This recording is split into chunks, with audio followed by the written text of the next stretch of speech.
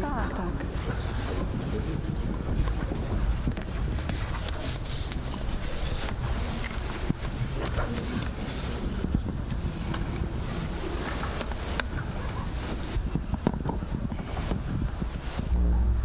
Okay, it's 12 o'clock.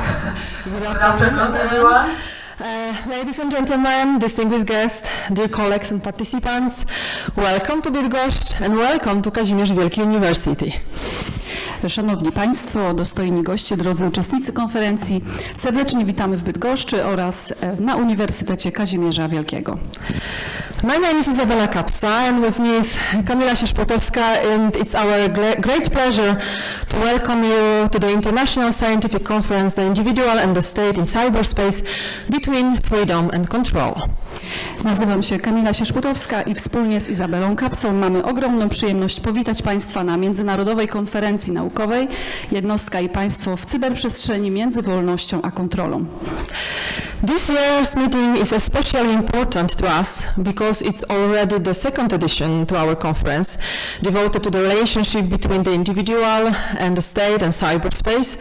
The first conference took place 2 years ago, and we are truly delighted that many participants have decided to join us again this year. At the same time, we are equally happy to welcome many new guests and researchers who are becoming part of this growing international discussion and academic network. Tegoroczne spotkanie jest dla nas szczególnie ważne, ponieważ jest to już druga edycja konferencji poświęconej relacjom między jednostką, państwem i cyberprzestrzenią. Pierwsza konferencja odbyła się w 2024 roku i niezwykle cieszy nas fakt, że wielu uczestników zdecydowało się ponownie do nas dołączyć. Jednocześnie z ogromną radością witamy nowych gości i badaczy, którzy stają się częścią tej rozwijającej się międzynarodowej debaty i sieci współpracy naukowej. This conference is organized by the Faculty of Political Science and Administration of Kazimierz Wielki University in Bydgoszcz in cooperation with the Regional Center for International Debate in the Wielkopolski and Kujawian-Pomeranian regions. Konferencja organizowana jest przez Wydział Nauk o Polityce i Administracji Uniwersytetu Kazimierza Wielkiego we współpracy z Regionalnym Ośrodkiem Debaty Międzynarodowej Województw Wielkopolskiego i Kujawsko-Pomorskiego. The rapid development of information and communication technologies has fundamentally transformed the functioning of individuals, societies, states, and international organizations. Cyberspace has become not only a parallel dimension of social and political life, but also a space where entirely new forms of interaction, participation, governance, and influence emerge. Dynamiczny rozwój technologii informacyjno-komunikacyjnych fundamentalnie zmienił funkcjonowanie jednostek, państw, społeczeństw oraz organizacji międzynarodowych. Cyberprzestrzeń stała się nie tylko równoległym wymiarem życia społecznego i politycznego, ale także przestrzenią, w której powstają zupełnie nowe formy interakcji, uczestnictwa, zarządzania i wpływu. Digital technologies have reshaped public administration through e-governance and public services, while also creating new opportunities for civic engagement, political participation, communication, and social mobilization. Today, ICT tools are no longer merely instruments for communication. They have become an integral part of both private and public life. Technologie cyfrowe przekształciły administrację publiczną przez rozwój e-administracji i usług cyfrowych, jednocześnie tworząc nowe możliwości zaangażowania obywatelskiego, partycypacji politycznej, komunikacji i mobilizacji społecznej. Narzędzia ICT przestają być jedynie środkami komunikacji, a stały się integralną częścią życia prywatnego i publicznego. At the same time, the digital transformation has introduced significant challenges and risks. Issues related to cybersecurity, privacy, online manipulation, disinformation, information warfare, digital exclusion, and the protection of democratic values increasingly affect both citizens and institutions. Strengthening digital resilience and raising awareness amongst Internet users have therefore become crucial tasks for contemporary societies and governments. Jednocześnie transformacja cyfrowa przyniosła ze sobą nowe wyzwania i zagrożenia. Problemy związane z cyberbezpieczeństwem, prywatnością, manipulacją informacyjną, dezinformacją, wojną informacyjną, wykluczeniem cyfrowym oraz ochroną wartości demokratycznych coraz silniej oddziaływują zarówno na obywateli, jak i instytucje państwowe. Wzmacnianie odporności cyfrowej oraz podnoszenie świadomości użytkowników internetu stają się dziś jednym z kluczowych wyzwań współczesnych społeczeństw i państw. The thematic scope of our conference includes, among others, freedom and privacy in the digital environment, artificial intelligence, cybersecurity, digital resilience, disinformation, information warfare, human rights, media literacy, digital accessibility, e-governance and the digitalization of public services. Tematyka konferencji obejmuje m.in. zagadnienia związane z wolnością, prywatnością w środowisku cyfrowym, sztuczną inteligencją, cyberbezpieczeństwem, odpornością cyfrową, dezinformacją, wojną informacyjną, prawami człowieka, edukacją medialną, dostępnością cyfrową, e-administracją oraz cyfryzacją usług publicznych. The aim of this event is to create a space for interdisciplinary reflection, exchange of knowledge and experiences, and discussion on how to responsibly manage the digital technologies, strengthen citizens' digital competences, and build resilient societies and states in the face of contemporary challenges. Celem wydarzenia jest stworzenie przestrzeni do interdyscyplinarnej refleksji, wymiany wiedzy i doświadczeń oraz dyskusji nad tym, jak odpowiedzialnie zarządzać technologiami cyfrowymi, wzmacniać kompetencje cyfrowe obywateli oraz budować odporność społeczeństw i państw wobec współczesnych zagrożeń. We are honored that the conference has received honorary patronage from the Polish Ministry of Digital Affairs, the Kujawian-Pomeranian Voivod Michał Sztybel, the Marshal of the Kujawian-Pomeranian Voivodeship Piotr Całbecki, the Mayor of Bydgoszcz Rafał Bruski, the Chairman of the Bydgoszcz City Council Monika Matowska, Director of the Kazimierz Wielki University Professor Bernard Mendlik, and as well as NASK, the Polish National Research Institute specializing in cybersecurity, digital transformation and ICT, and the Polish Political Science Association. Konferencja została objęta patronatem honorowym Ministerstwa Cyfryzacji, wojewody kujawsko-pomorskiego Michała Sztybla, marszałka województwa kujawsko-pomorskiego Piotra Całbeckiego, prezydenta miasta Bydgoszczy Rafała Bruskiego, przewodniczącej Rady Miasta Bydgoszczy Moniki Matowskiej, jego magnificencji rektora Uniwersytetu Kazimierza Wielkiego, profesora doktora habilitowanego Bernarda Mendlika, a także NASK, Państwowego Instytutu Badawczego oraz Polskiego Towarzystwa Nauk Politycznych. Media patronage has been provided by the Television of Bydgoszcz and Polish Radio PIK. Patronat medialny nad konferencją objęły Telewizja Polska Bydgoszcz oraz Polskie Radio PIK. Our partners include the Marshal Office of the Kujawian-Pomeranian Voivodeship and Orlen. Partnerami wydarzenia są Urząd Marszałkowski Województwa Kujawsko-Pomorskiego oraz Orlen. We are also proud that this conference has been included among the official events celebrating the 20th anniversary of Kazimierz Wielki University. Jesteśmy również dumni, że konferencja została wpisana do programu wydarzeń jubileuszowych z okazji 20-lecia Uniwersytetu Kazimierza Wielkiego. This year, we are joined by more than 70 speakers from 9 countries, representing various scientific disciplines, institutions, and professional backgrounds. Our participants include scholars and experts from across Poland and abroad, including representatives from Estonia, Albania, Slovakia, Bulgaria, Italy, Serbia, Turkey, and the United Kingdom. We are delighted to welcome both academic and practitioners who approach the issues of cyberspace from political, legal, social, technological, psychological, and security perspectives. Szanowni Państwo, w tegorocznej konferencji bierze udział ponad 70 prelegentów z 9 państw reprezentujących różne dyscypliny naukowe, instytucje i środowiska zawodowe. Wśród uczestników znajdują się badacze i eksperci z Polski oraz z Estonii, Albanii, Słowacji, Bułgarii, Włoch, Serbii, Turcji i Wielkiej Brytanii.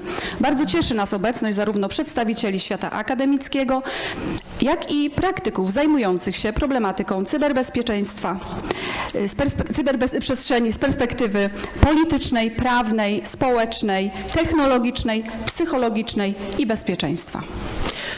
We would especially like to warmly welcome our distinguished guest present with us today. His Magnificence Director of Kazimierz Wielki University, Professor Bernard Mendlik. Serdecznie witamy naszych szczególnych gości obecnych dziś z nami, Jego Magnificencję rektora Uniwersytetu Kazimierza Wielkiego, profesora doktora habilitowanego Bernarda Mendlika. Vice Rector for International Cooperation of Nicolaus Copernicus University in Toruń, profesor Magdalena Barwiołek. Profesor do spraw kontaktów międzynarodowych Uniwersytetu Mikołaja Kopernika w Toruniu, profesor doktor habilitowana Magdalena Barwiołek. Professor Artur Laska, Dean of the Faculty of Political Science and Administration at Kazimierz Wielki University. Dziekana Wydziału Nauk o Polityce i Administracji UKW, profesora Artura Laska. Professor Radosław Sajna, Director of the Institute of Social Communication and Media. Profesora Radosława Sajny, dyrektora Wydziału Komunikacji i Mediów. Dr Piotr Sadowski, Deputy Coordinator of the Regional Center for International Debate in the Wielkopolskie Kujawian-Pomeranian Regions. Doktora Piotra Sadowskiego, zastępcy koordynatora Regionalnego Ośrodka Debaty Międzynarodowej Województw Wielkopolskiego i Kujawsko-Pomorskiego. Dr Łukasz Mikołajczyk, Administrative Director and Deputy Chancellor of Kalisz University. Doktora Łukasza Mikołajczyka, dyrektora administracyjnego i zastępcę kanclerza Uniwersytetu Kaliskiego. Mr. Janusz Popielewski, Director of the Department of Information Technology of the City of Bydgoszcz. Pana Janusza Popielewskiego, dyrektora Wydziału Informatyki Urzędu Miasta Bydgoszczy. As well as all representatives of public institutions, partner organizations and the academic community. Witamy również wszystkich przedstawicieli instytucji publicznych, organizacji partnerskich oraz środowiska akademickiego. We are also pleased to be connected online with the President of the Polish Political Science Association and Vice President of the International Political Science Association, Profesor Magdalena Musiał-Kark. Bardzo się cieszymy, że online jest dziś z nami również prezes Polskiego Towarzystwa Nauk Politycznych oraz wiceprezes Międzynarodowego Towarzystwa Nauk Politycznych IPSA, profesor Magdalena Musiał-Kark. At this point, I would like to kindly invite His Magnificence, Director of Kazimierz Wielki University, Professor Bernard Mendlik, to deliver the opening remarks. W tym momencie chciałabym serdecznie zaprosić Jego Magnificencję rektora Uniwersytetu Kazimierza Wielkiego, profesora doktora habilitowanego Bernarda Mendlika o zabranie głosu. Szanowni Państwo, drodzy goście, z wielką przyjemnością witam Państwa na Międzynarodowej Konferencji Naukowej Jednostka i państwo w cyberprzestrzeni między wolnością a kontrolą, organizowanej przez Wydział Nauk o Polityce i Administracji naszego Uniwersytetu oraz Regionalny Ośrodek Debaty Międzynarodowej województw Wielkopolskiego i Kujawsko-Pomorskiego. Proszę Państwa, problemy związane z funkcjonowaniem jednostki i państwa w cyberprzestrzeni należą dziś do najważniejszych wyzwań współczesnego świata.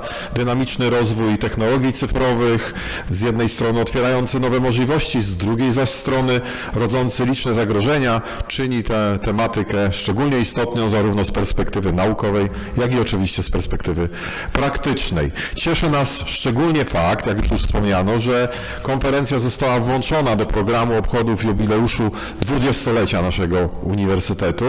Jest to dla nas powód do dumy i wyraz uznania dla znaczenia podejmowanej problematyki. Życzę Państwu inspirujących obrad, owocnych dyskusji oraz wielu wartościowych spotkań naukowych i zawodowych i może króciutko po angielsku. Dear ladies and gentlemen, dear guests, it's my great pleasure to welcome you to the International Scientific Conference titled The Individual and the State in Cyberspace Between Freedom and Control, organized by the Faculty of Political Science and Public Administration of Kazimierz Wielki University in Bydgoszcz, together with the Regional Center for International Debate for Wielkopolskie and Kujawsko-Pomorskie regions. We are especially pleased that this conference has been included in the program of the 20th anniversary celebration of Kazimierz Wielki University. This is a source of pride for us and a recognition of the importance of these issues being addressed. I wish you inspiring session, fruitful discussions, and many valuable academic and professional encounters. Thank you very much. Thank you very much, Professor Rector. Now I would like to invite Vice Rector for International Cooperation at Nicolaus Copernicus University in Toruń, Professor Magdalena Barwiołek, to say a few words.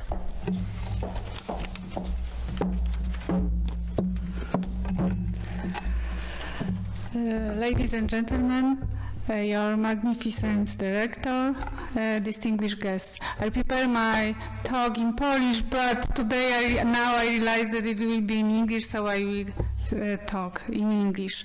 It is great honor for me to represent Nicolaus Copernicus University in Toruń at today's international conference dedicated to the highly topical and multifaceted issue, the individual and the state in cyberspace.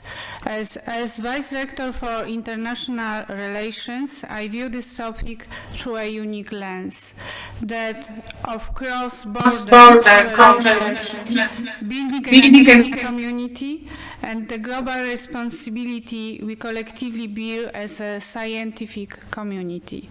We live in an era in which cyberspace has become a new dimension of social, political, and economic reality.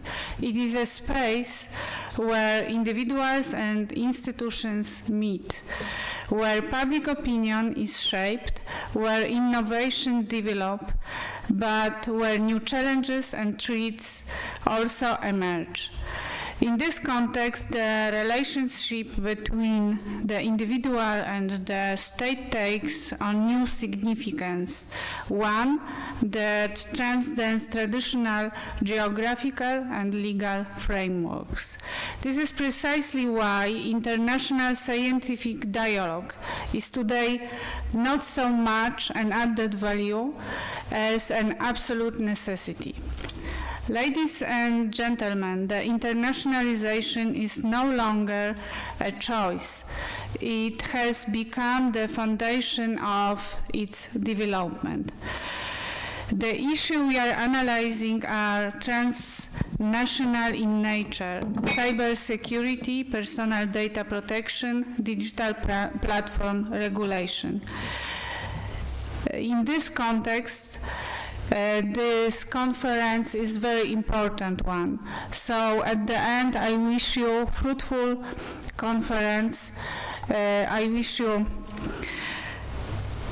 productive meetings, building a network, and thank you for your attention.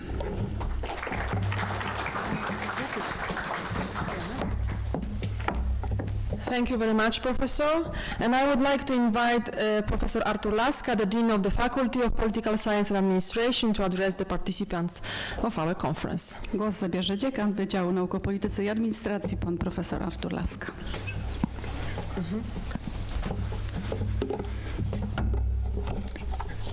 Jego magnificencjo rektorze, szanowna pani prorektor,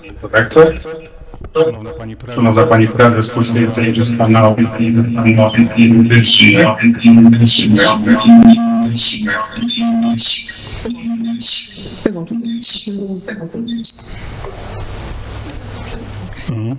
Szanowni Państwo, w imieniu społeczności Wydziału Nauk o Polityce i Administracji Uniwersytetu Kazimierza Wielkiego w Bydgoszczy witam Państwa niezwykle serdecznie na Międzynarodowej Konferencji Naukowej Jednostka i państwo w cyberprzestrzeni między wolnością i kontrolą. To dla naszego bydgoskiego środowiska politologicznego jest szczególny moment. Zobaczyć Państwa na tej sali tutaj, teraz, dzisiaj na Uniwersytecie Kazimierza Wielkiego, na Wydziale Nauk o Polityce i Administracji, to jest taki finał naszych starań, naszej pracy, dbania o to, aby zasłużyć na Państwa zaufanie, abyście chcieli poświęcić swój czas, przedstawić swoje wyniki badań, posłuchać naszych badań i zastanowić się nad tym, czy współpraca z nami może przynieść dla Państwa także realne korzyści i efekty. Spotykamy się tutaj dzisiaj z Państwem nie tylko jako gospodarze tego wydarzenia, ale przede wszystkim, czy także jako inicjatorzy i współtwórcy konferencji, która ma charakter cykliczny. To jest bardzo ważne, dlatego staramy się na wydziale takie wydarzenia, które się sprawdzają, które poruszają ważne, istotne problemy bieżącej polityki, bieżące problemów społeczeństwa kontynuować. Taką konferencję traktujemy więc jak ważną przestrzeń wspólnej debaty, odpowiedzialnej debaty. To jest bardzo istotne i deficytowe w dzisiejszym świecie, a myślę, że uniwersytet jest szczególnie takim miejscem, gdzie powinniśmy dbać o odpowiedzialną debatę. Debatę nad sprawami istotnymi we współczesnym życiu publicznym. Temat tegorocznego spotkania, zgodzimy się, myślę tutaj wszyscy, dotyczy jednego z najbardziej złożonych doświadczeń naszych czasów, doświadczeń, z którymi wszyscy tutaj siedzący, my również, radzimy sobie bardzo różnie i na różne sposoby. Cyberprzestrzeń nie jest już bowiem, i myślę, że to będzie się przewijało też podczas wystąpień na tej konferencji, nie jest odrębnym wirtualnym światem, ale miejscem, w którym na nowo układamy, kreujemy relacje między jednostką a państwem, między wolnością a bezpieczeństwem, między autonomią a kontrolą, rządzeniem, nadzorem. Tym bardziej cieszy nas, że właśnie w przestrzeni uniwersytetu możemy podjąć rozmowę o tych napięciach, tak jak powiedziałem, w sposób odpowiedzialny, pogłębiony, obiektywny, krytyczny.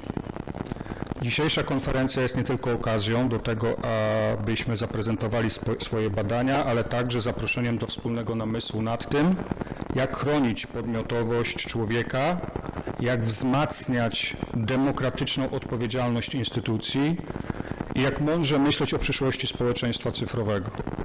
Wierzę, że dzięki Państwa obecności, dzięki Państwa wiedzy, gotowości do dialogu, te obrady staną się prawdziwie żywą przestrzenią spotkania różnych perspektyw, doświadczeń i wrażliwości.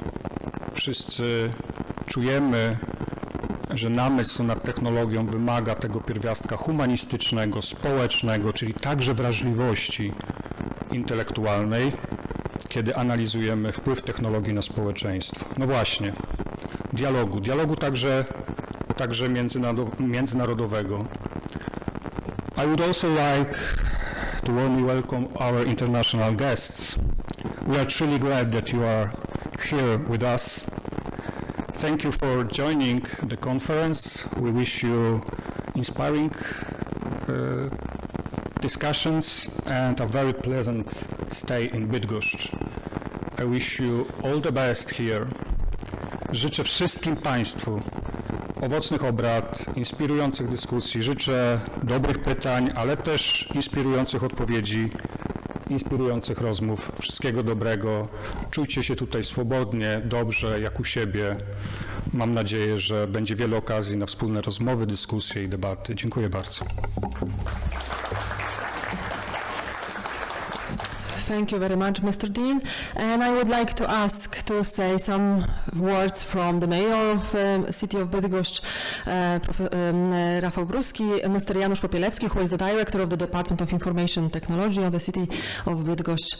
Please say. W imieniu prezydenta miasta Bydgoszczy, pana Rafała Bruskiego, głos zabierze dyrektor Wydziału Informatyki Urzędu Miasta, pan Janusz Popielewski. Jego magnificencjo rektorze, pani prorektor, panie dziekanie, szanowni goście, przypadł mi niezwykły zaszczyt reprezentować pana prezydenta Rafała Bruskiego na tej ważnej konferencji. Pan prezydent z dużym zainteresowaniem śledzi poczynania Uniwersytetu Kazimierza Wielkiego. Niestety nie mógł przybyć na tą konferencję. Dzisiaj odbywa się uroczysta sesja Rady Miasta. Pan prezydent musi uczestniczyć w sesji. Natomiast ja mam oficjalny list skierowany do organizatorów i uczestników konferencji, który w tej chwili odczytam. Serdecznie dziękuję za zaproszenie do udziału w Międzynarodowej Konferencji Naukowej Jednostka i państwo w cyberprzestrzeni między wolnością a kontrolą. Przekazuję słowa uznania organizatorom, prelegentom i uczestnikom debaty oraz serdecznie witam wszystkich gości przybyłych do Bydgoszczy. Tematyka dzisiejszych obrad dotyka jednego z najważniejszych wyzwań współczesnego świata. Dynamiczny rozwój nowych technologii, powszechny dostęp do informacji oraz rosnąca obecność życia społecznego, gospodarczego i politycznego w cyberprzestrzeni stwarzają ogromne możliwości. Rodzą jednocześnie liczne pytania dotyczące bezpieczeństwa, ochrony prywatności i wolności obywatelskich oraz zakresu odpowiedzialności państwa.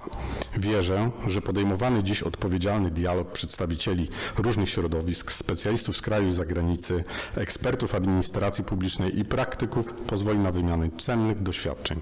Przyczyni się również do wypracowania kierunków przyszłości państwa i społeczeństwa w dobie postępujących cyfryzacji. Życzę Państwu owocnych obrad, inspirujących dyskusji oraz wielu wartościowych refleksji, które przyczynią się do dalszego rozwoju badań naukowych i budowania świadomego, bezpiecznego i odpowiedzialnego społeczeństwa. Zachęcam do poznania walorów naszego miasta, wierząc, że pozostawi ono w pamięci same dobre wspomnienia. Z poważaniem, Rafał Bruski. Dziękuję, przyłączam się do słów pana prezydenta i życzę owocnej debaty. Thank you very much for all our international guests. I just would like to make some shortcut that President Mayor of Bydgoszcz is wishing us the pleasant stay in Bydgoszcz, especially that Bydgoszcz city has a lot to offer to our guests. So the wishes were not only connected with the academic discussion, but also with your stay in Bydgoszcz. Thank you very much. And we are also delighted to be joined online by Professor Magdalena Musiał-Kark, President of the Polish Political Science Association and Vice President of the International Political Science Association. Professor, thank you very much for being with us today. We are especially pleased that you have joined us on such a special day, your birthday. On behalf of all the participants, we would like to wish you all the very best. Thank you very much. Ladies and gentlemen, Mr. Dean, dear organizers, distinguished guests, distinguished participants, and first of all, dear friends, because knowing the program, I know that also many representatives of Polish Political Science Association are participating in the conference, so welcome you.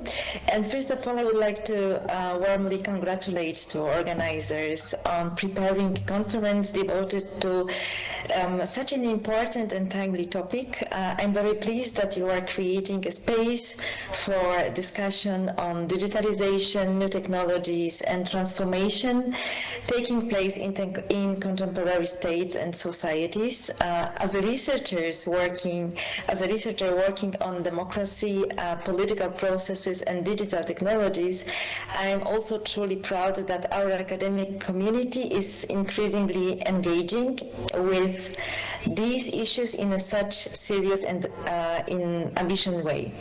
I sincerely regret that I cannot be with you today in person. It's not because of my birthday. Unfortunately, at the same time, I'm participating online in several International Political Science Association meetings today, so it makes me impossible to attend in your great conference. Nevertheless, please accept my warm greetings and my appreciations for everyone involved in organizing this event. The subject, as was already mentioned, is extremely important because step by step, also Poland is becoming increasingly digitalized in many aspects of public life, administration, and politics. Poland is still not a leader in this area in Europe, but at the same time, I would say that step by step we are increasingly developing in that area, and many good things are happening. We can observe growing developments in e-administration, digital public services, and the use of new technologies in political processes. A good example from last year, I would say, is the introduction of mechanisms allowing support for political parties through electronic signatures. For example, only a few years ago, such solutions seemed rather distant, whereas today they are becoming part of real political debate and institutional practice. So we are changing, we are improving, we are developing, and that is very important aspect of that. And on behalf of Polish Political Science Association, finally, I would like to warmly welcome all of you and emphasize how important initiatives like this are for the development of academia, for academic research and public debate in our country and also in Europe and around the world. about. I'm convinced that this conference, which is a cyclical conference, will provide an excellent opportunity for inspiring discussions, exchange experiences, and also meaningful reflections on the future of digital state and societies. So thank you very much for this organization. Thank you very much for inviting me here. I'm really very proud that Polish Political Association is a patronate of this event. And again, I would like to congratulate to all of you and wish you a successful, inspiring, and fruitful discussion. Thank you very much and good luck. Thank you very much, Professor Magdalena. Thank you. Before we officially move to the plenary session, we would like to share a special message prepared for our conference participants by the Minister of Digital Affairs of the Republic of Poland, whose honorary patronage this conference has received. Although the Minister could not join us in person today, he kindly sent a few words to all participants of this event. Because the message is recorded in Polish, so let me briefly summarize its main points for our English-speaking participants. The Minister emphasized that Kazimierz Wielki University is an institution he knows and values, and he has had many opportunities to meet with our students and academic staff, and each time he has seen that this is an academic community that is not afraid of asking difficult questions. And this is precisely the kind of a question we are asking during the conference. Where does the freedom in cyberspace end, and where does concern for the security begin? As the Minister underlined, this is not only an academic question, it's a question that must be answered every day in practice, in government, ministries, courts, parliament, companies, and local governments. Technologies do not wait for institutions to be ready. Disinformation, artificial intelligence, deepfakes, and attacks on critical infrastructure have become part of our everyday reality. Poland is responding to these challenges. We are implementing the standards of the NIS directive because cyber resilience of local infrastructure is a matter of security for every citizens. We are also developing PLOM, a family of Polish large language models, so that technology can serve citizens in their own language, in their own culture, and in accordance with their rights. The Minister also stressed the importance of strengthening the digital maturity of Polish society because freedom in cyberspace begins with skills and competences. Finally, he reminded us that the protection of individual rights in cyberspace is foundation of real security. A state that protects of citizens, without such a foundation, we build security on sand. The Minister wished us a bold and uncompromising discussions because only under such conditions we can develop conclusions that contribute to wiser law, better public policy, and the creation of a digital space in which citizens feel both free and safe. We will now listen to the message from the Minister of Digital Affairs.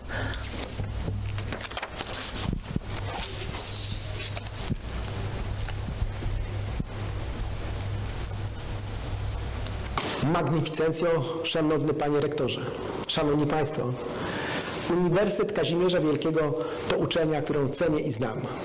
Miałem tu okazję być wiele razy, rozmawiać ze studentami, z kadrą naukową i za każdym razem wychodziłem z przekonaniem, że to środowisko akademickie, które nie boi się trudnych pytań. A pytanie, które stawiacie państwo w centrum tej konferencji, do takich należy i jest naprawdę bardzo ważne. Gdzie kończy się wolność jednostki w cyberprzestrzeni, a zaczyna troska o bezpieczeństwo?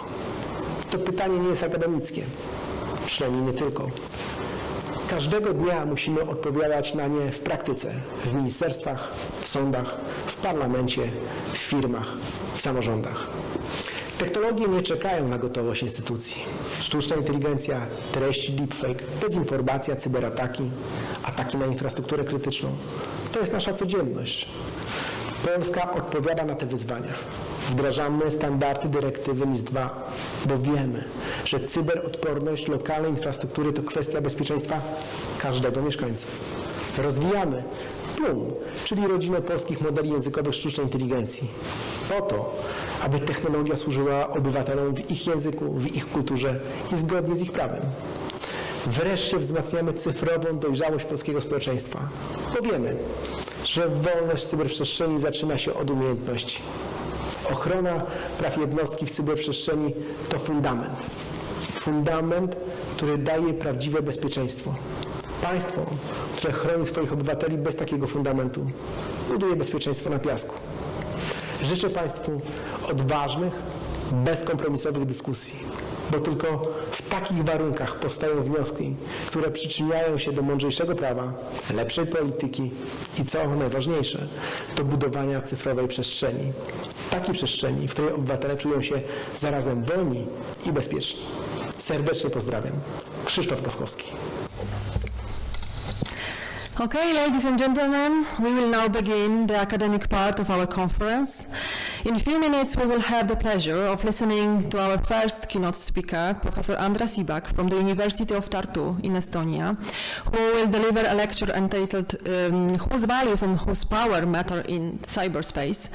After the lunch break, we will continue with 4 panel sessions devoted to artificial intelligence, governance and human rights, cybersecurity and organizational resilience, social and political challenges of cyberspace, as well as digital accessibility and social inclusion. Szanowni Państwo, przechodzimy teraz do części naukowej naszej konferencji. Już za chwilę będziemy mieli przyjemność wysłuchać pierwszego wykładu plenarnego, który wygłosi profesor Andras Ibak z Uniwersytetu w Tartu w Estonii. Tytuł wystąpienia brzmi Whose Values and Whose Power Matter in Cyberspace. Po przerwie obiadowej w godzinach 14:15 do 15:45 odbędą się równoległe sesje panelowe poświęcone sztucznej inteligencji, cyberbezpieczeństwu i odporności organizacji, społecznym i politycznym wyzwaniom cyberprzestrzeni, a także dostępności cyfrowej i inkluzji społecznej. Po krótkiej przerwie kawowej powrócimy do części plenarnej konferencji. After a short coffee break, we will return to the plenary part of the conference with the keynote lecture by Professor Władysław Duch from Nicolaus Copernicus University in Toruń on artificial intelligence threats and hopes. Po krótkiej przerwie powrócimy i wtedy wykład wygłosi profesor Władysław Duch z Uniwersytetu Mikołaja Kopernika w Toruniu. Temat wystąpienia brzmi Artificial Intelligence Threats and Hopes. And I sincerely hope that the coming 2 days will inspire fruitful discussions, new ideas and future international cooperation. Thank you all for being here with us today. Let us begin. I mamy nadzieję, że najbliższe 2 dni będą czasem inspirujących dyskusji, wymiany doświadczeń i budowania nowych międzynarodowych kontaktów naukowych. Dziękujemy Państwu za obecność. Rozpocznijmy zatem naszą konferencję. It is my great pleasure to introduce our first keynote speaker, Professor Andras Ibak from the University of Tartu in Estonia. Professor Ibak is a professor of media studies and deputy head of research and development at the Institute of Social Studies, University of Tartu. Her research focuses on both the opportunities and risks connected with the use of digital technologies and the internet, including surveillance, privacy issues, fake news, deepfakes, and social engineering scams. She also explores the intergenerational family life and communication practices in the era of data fiction and platformization. Together with Giovanna Mascheroni, she has co-authored 2 monographs, Data Field Childhoods, Data Practices and Imaginaries in Children Lives, published in 2021 by Peter Lang, and Children and I, Changing Digital Childhoods, forthcoming in this year. Professor Ibak is a member of the Film, Media and Visual Studies section in Academia Europaea and currently serves as a Vice President of Association of Internet Researchers. Today she will deliver a keynote lecture entitled Whose Values and Whose Power Matter in Cyberspace. Professor Ibak, the floor is yours.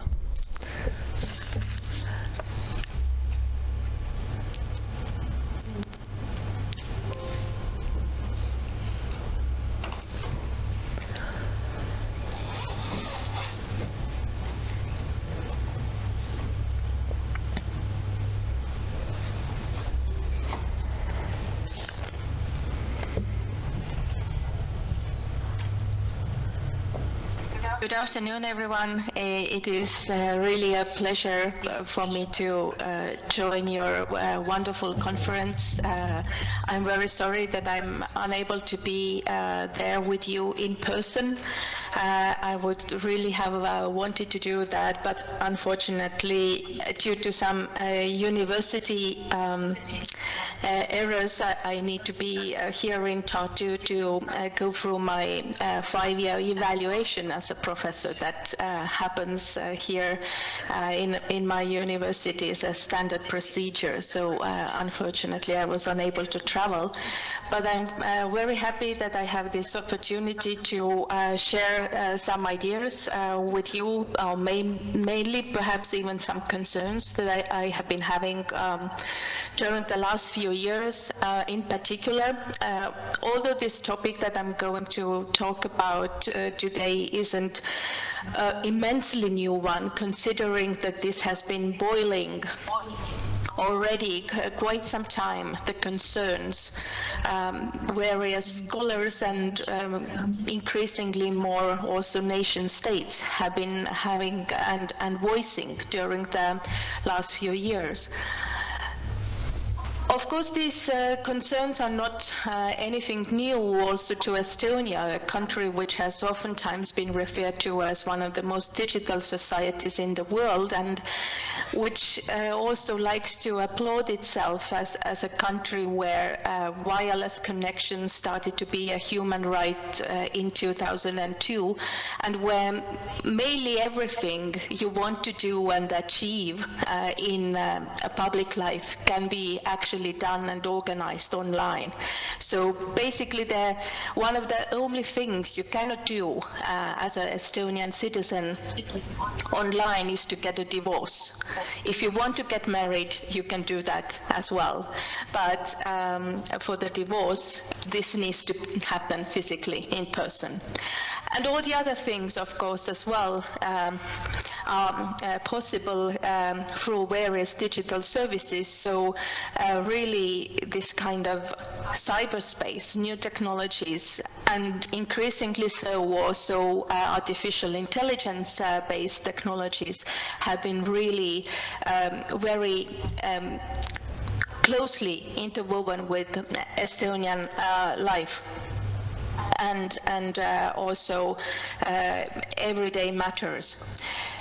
But today I would like to take you on a journey to look into the present-day society that we are all living in. And we like to refer to this society as a platform society. And again, this isn't a term that has suddenly appeared from the sky recently. Rather, this book by Jose Van Dyke and her colleagues is already more than 10 years old. But we see how these issues and topics that they have emphasized and started to talk about in 2013 also have become increasingly fundamental in the present-day Western democratic societies, where we can see how various online platforms have really started gradually but very straightforwardly in various kinds of sectors to take over the nation state. We see this happening in transportation sector, in entertainment, in finance, in healthcare, definitely also in education, for instance, where we increasingly see this in Estonia happening with launch of an AI Leap program for Estonian public schools. But in many countries, this is a process that has been ongoing, and this leads us to also to face a clash, a value-based clash. Because, of course, all these platforms are run by big tech, big private companies who have their private interest at heart, rather than public interest, which usually have been the things that are governing education and finance and healthcare sectors during the previous decades. So we see this kind of value-based clash. And this has started to lead to quite a big discussion amongst the academic community and more recently so amongst policymakers, like what can we do and how and in which ways this platformization actually has an impact on our democratic societies and nation states in general. Because we see through the process of platformization that it actually leads to the reorganization of cultural practices around platforms, because it has a significant impact on our infrastructures, on our economic processes, and obviously our governmental frameworks that all govern these different spheres of life. But when we come to talk about the role of platforms, it's good also to be reminded of what is actually meant when we talk about what platforms are. And again, this is a discussion which has been in the minds of internet researchers since 2010, when Tarleton Gillespie from Microsoft Research starts this discussion and tries to define what actually platforms mean. And of course, this is again a really crucial discussion, because the definition of a platform, similar to the definition of AI that we currently also seem to be having more increasingly so, has a very direct impact on policy and how policymakers understand what platforms are, what AI is, and therefore also it has a very strict and clear impact on regulation of these fields. More recently so, it has been argued that platforms are indeed data infrastructures, which facilitate, aggregate, and monetize, and also govern various interactions between end users and also content and service providers. But of course, in many public discussions, and when we look at media and media representations in general, this platform can also be referred to as just like a shorthand or like a umbrella term for various services that are provided by different big tech companies, but also similar referring to the companies themselves. So in a way, we can say that this really is something that has started to impact our life. We are starting to talk about platformization of infrastructures, or even infrastructurization of platforms. So this has led to the discussions and also growing discontent that some tech companies have actually become way too big and also way too multifaceted to operate transparently in the public eye, and this extraordinary power that they have gained also has this negative effect on the market, but also of course on the democracy. And when we talk about these various platforms that really have become way too big in many people's eyes, we mainly refer to the acronym GAFAM, which represents 5 big platform companies: Google, Apple, Facebook, Amazon, and Microsoft. And these big 5 countries, big 5 companies, I made a mistake saying countries, but oftentimes it's also said that these companies actually have way more power than any of the nation states. So the power usually comes from the fact that this platform ecosystem is so multifaceted that these online infrastructures that these platforms provide are inextricably intertwined and therefore also mutually dependent. So similar to all the nation states being somehow dependent on these big 5 companies, we are becoming increasingly dependent on the services that these companies offer, and the companies, the big 5, has managed to board off. So José van Dijk and her colleagues in the Netherlands have been exploring these platform ecosystem for more than 10 years and have brought forward the concept referring to the platformization tree, referring to the way how deeply ingrained these big 5 companies actually are when we think of these different services these platforms are able to provide, and through that also the impact they keep on having on different public services every nation state is providing.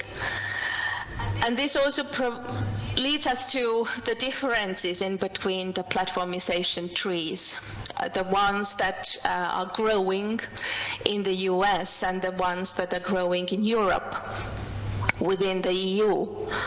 Because the American platformization tree is really dependent on these 5 countries, 5 companies, which provide a variety of services, starting from services related to data center, internet protocol suites, internet exchange points. They help to build computer hardware and various services, but they are also responsible of various online retailers, social networking, search engines, payment services, data analytics services. So basically everything that everyone else needs and requires in order to provide their own services on the internet, or in order to be visible, in order to be seen on the internet.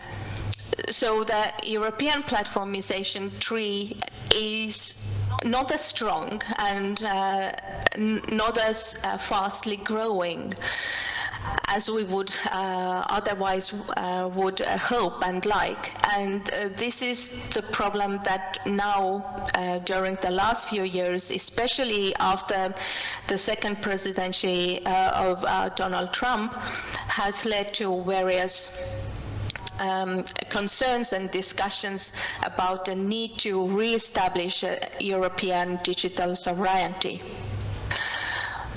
But of course, these discussions are also deeply ingrained with the idea of platform imperialism, referring to the fact that all these big 5 are therefore governed by and supported by the politics and legislation of US as the host country.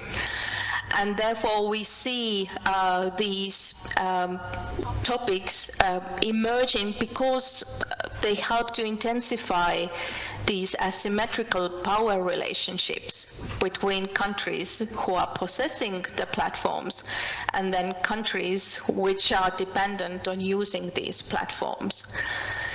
And in many occasions, this is us in many ways. So this is a very recent report showcasing how dependent actually various European countries are on big tech and US big tech. And this is a study by Proton, which looked into US tech companies and in particular various European countries and the European countries' public services and companies who use these US company services for their email servers. And here you can see really, if we look at the Nordic countries, then the majority of public services and public companies are dependent on US tech. Iceland, it's 97% of the companies, and 96 for Norway, 93 for Ireland. And if we try to find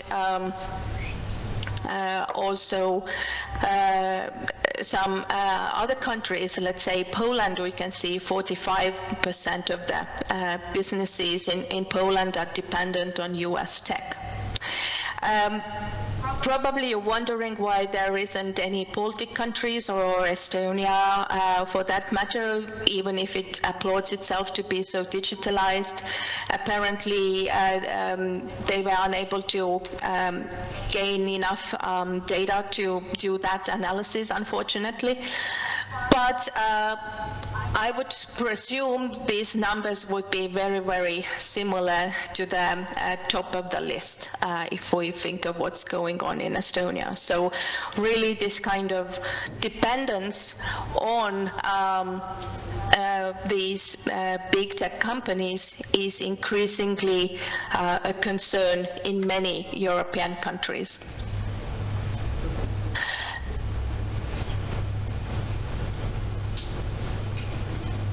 Again, just to give you an illustration of Polish businesses and various sectors dependent on US tech, then you can see from this 45%, real estate, retailing, and semiconductor equipment sector is 100% dependent on US tech. And some others slightly less, but yeah, this indeed is a matter of concern within Poland, but increasingly so in many other countries. And the concern, of course, is also a big one due to also the risk for national defense.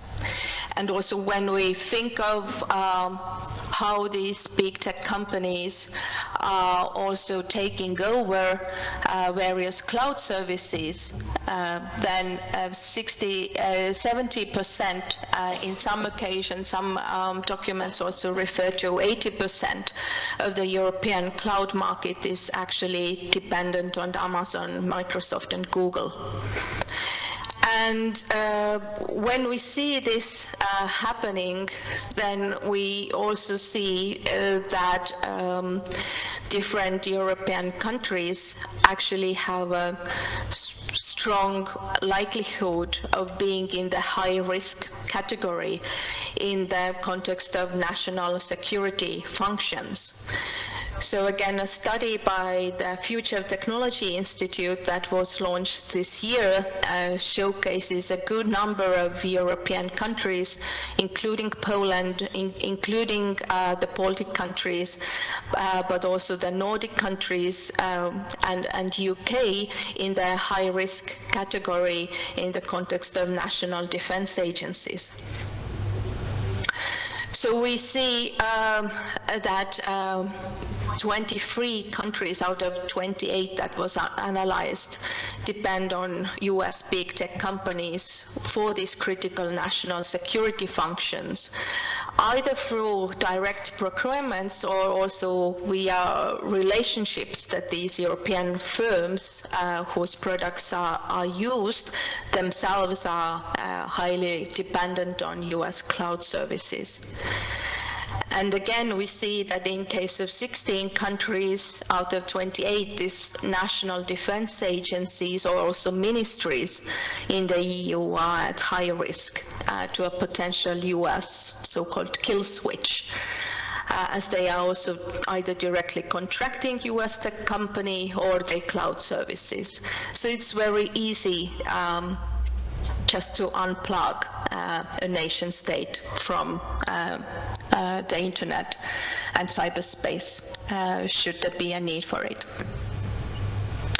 And the only country who is considered currently lower risk is Austria, who has managed to secure its more national options.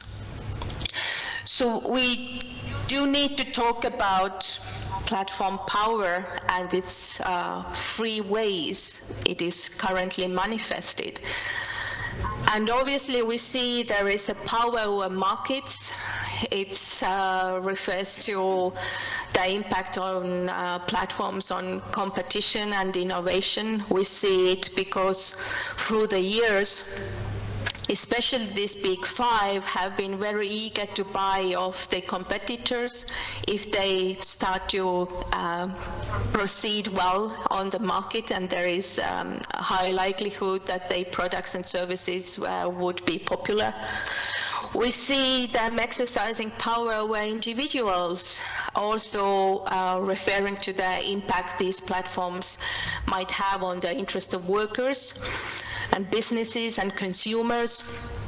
This is obviously very oftentimes talked about in the context of platform work, and if we think of the currently ongoing debates in the EU related to the Platform Workers Directive and the platform's eagerness not to say that these people are employed by the platform work companies like Volt or Bolt or Uber to that matter, but rather they are entrepreneurs, they are business owners themselves, and platforms are simply providing them with a neutral technological opportunity to run their business. And of course, through that, we see this platform power to be very present just in general over the society, through the impacts it has on the politics and also their general opinion formation, and also their presence, increasing presence in our everyday lives, especially in the context of health and education, but also in many other sectors where we simply cannot imagine the sector being able to run without the help of platforms. For instance, if we think back to what happened during the COVID-19 pandemic, where all over the world education sector became increasingly dependent on various big tech platforms to offer their services. And of course, it was a very kind gesture from that side of the companies, but it wasn't really a gesture of generosity, but rather an opportunity to grab hold of yet another segment of interest and yet another sector which is now increasingly dependent on platforms so as to use and make use of these products and services in the everyday running of schools and everyday running of the education system in general. So basically we can talk about platform power in two different ways. And I'm taking the look of endogenous view first to showcase how platforms really are seen as operators of these multi-sided markets. They are kind of intermediaries between the end users and complementers. And this kind of view also refers to platforms as kind of corporations who have this direct control over specific user groups. They also have a specific control over to whom to provide access to their services, and also to whom to deny such access. And also through that, we see how these platforms have started to exert their power by moderating and curating its users and the content these users are able to share, by setting their own terms, by setting their own standards, but also increasingly telling to various nation states or EU or US legislation and policy makers what they are willing to do and what they are not willing to do. So in this view, we see platforms as already a business model which already has a very strong economic dominance in the world, and we talk about these big five rather than any new startups that are launched and only try to make it onto the market. So through that discussion, by moderating users, by moderating their content, we need to talk about platforms as kind of custodians of the internet. Because although they do not want to say are used to imposing rules, that they are used to moderating its users and content moderation is a really increasingly important part of the platform business model. And the idea that there can be an open platform, it simply is a fiction. So Tarleton Gillespie has been writing about this content moderation and how these different platforms shape our worldview in his book, and took a look into social media platforms in particular. But obviously, this isn't only something that we can talk about in the context of social media, but rather as platforms in general and as a wider ecosystem they provide. And although these platforms tend to say that they are very universal services that are really suited for everyone, we actually see that by applying various rules of propriety, they are actually crafted by a small group of people, small teams of people, oftentimes with people of very particular worldview. They aren't actually well suited to people who are different from these teams, who have different experiences, who come from different cultures, or who represent different value systems, which again leads us to with this clash of public and private values. And of course, these views that platforms themselves tend to have are very closely related to the Section 230 in the Telecommunications Act in the US, which was published in 1996. And obviously it's very old and very outdated, considering what we are currently seeing and how we are seeing the platforms develop and the impact that they have. Because this Section 230 reads that no provider or user of an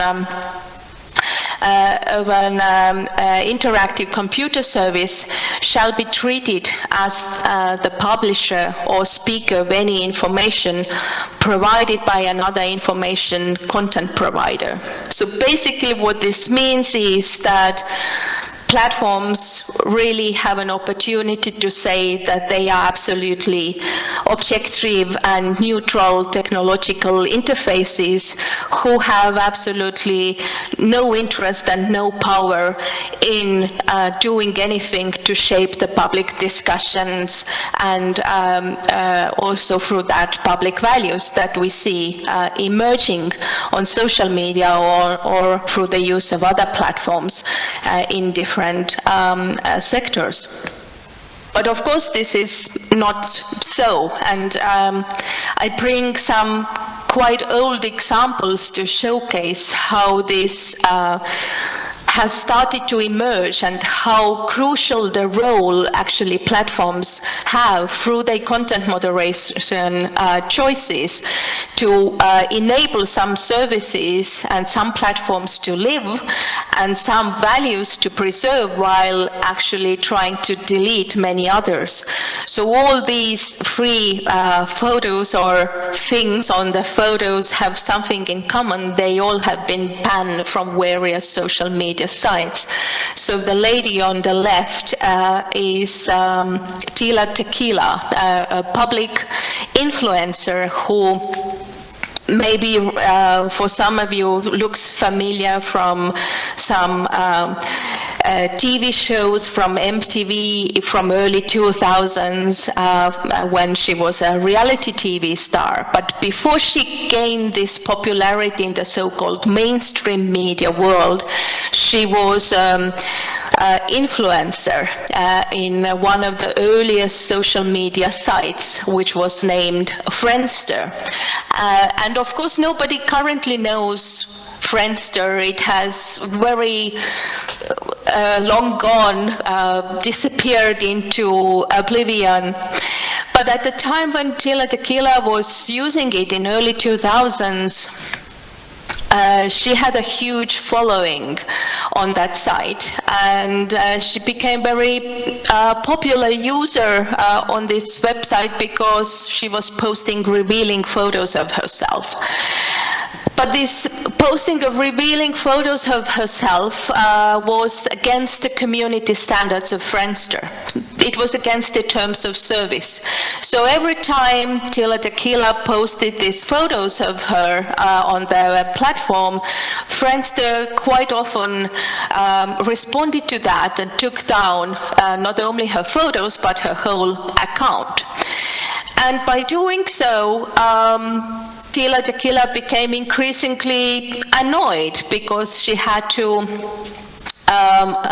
again create a new profile, and she did it 5 times in a row, but with 30, 40, 50, 60,000 of followers following her lead, every time needing to recreate the profile and finding her from the site became kind of annoying. So she simply decided she will leave Friendster. And with that also, all her followers left the site as well. And they went and took over MySpace, which became huge and one of the most famous social media sites before Facebook gained its world dominance. So we can see how some community standards, some terms of service have a really big impact on who is on the site, who is present there, what kind of values, what kind of ideas can be used, and what kind of things are deleted, what kind of things are banned. The same appears to the Willendorfer Venus, which was considered against Facebook's community standards because of its nudity.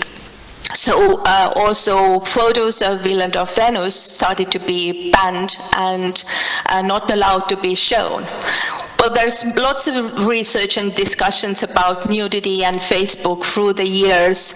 Also, feminist activists started discussions about Facebook hating breastfeeding mothers and discussions related to that. But first and foremost, these kind of discussions lead to double standards because oftentimes the users do not really understand what gets banned and what kind of things don't. Similar as happened to this very iconic history photo from the Vietnam War that was banned by Facebook in 2016 and led to international public outrage and campaign to ask Facebook to reinstate the photo so that these horrors of history we cannot ban. and these should be still visible despite the fact that these kind of photos could on the one hand be as referencing to the against the community standards as a child pornography.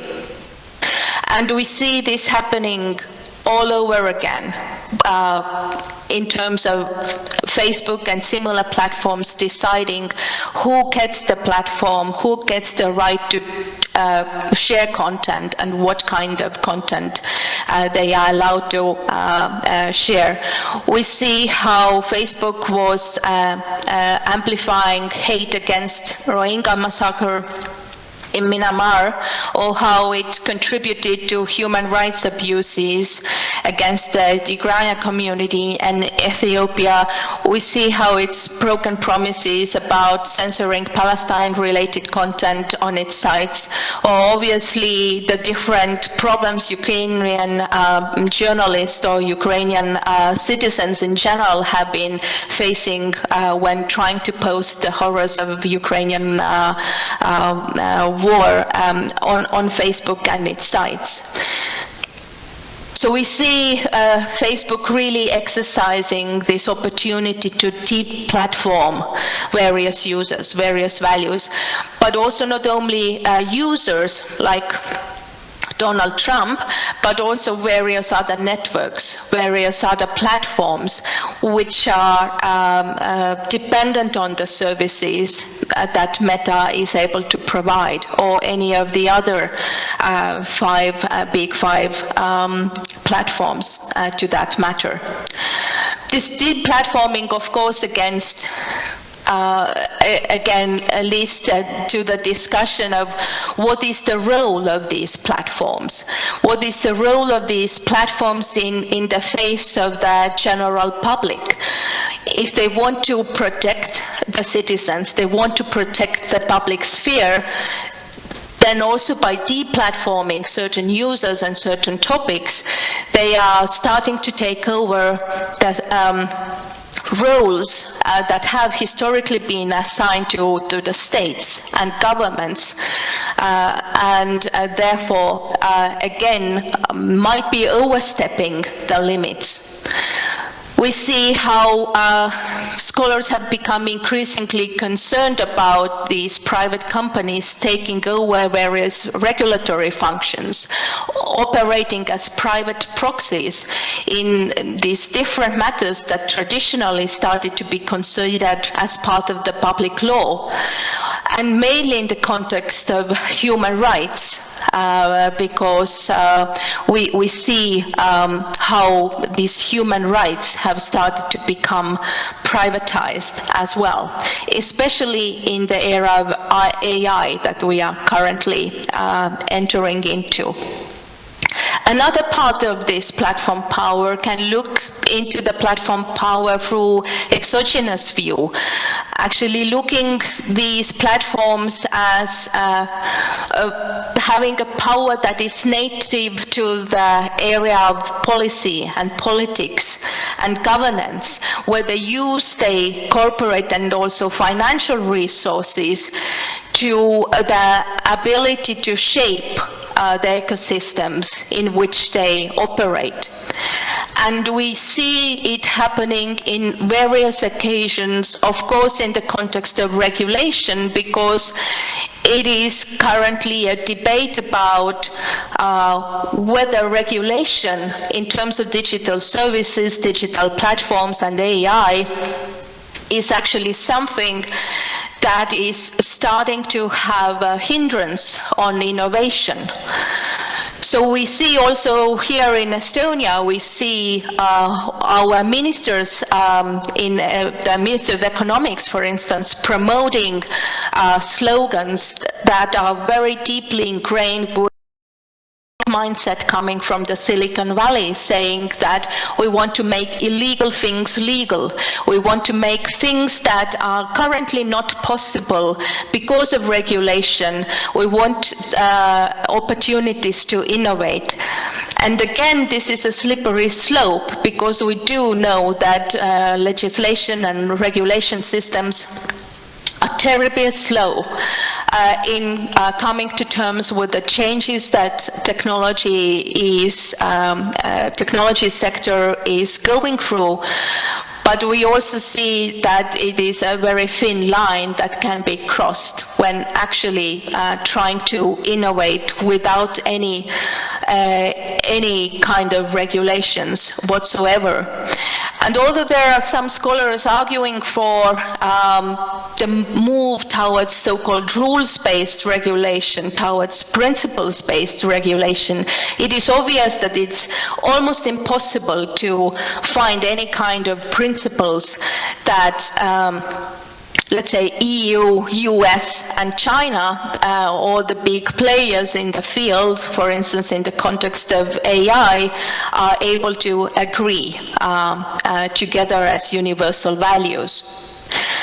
And again, of course, in the context of AI, we see this as a big concern, especially after President Trump started its second round of presidency, and the first thing he did when becoming the president again was to abolish all the regulations related to AI development, statewide regulations that the Biden administration had enforced. So since late 2025, there is actually no comprehensive federal legislation or regulations in the US that would actually regulate the development of AI or specifically prohibit or restrict some of its uses in various forms. So we see also how the tech sector, the Big Five, has been really enthusiastically supporting this and saying that this is exactly what is needed for the US to be able to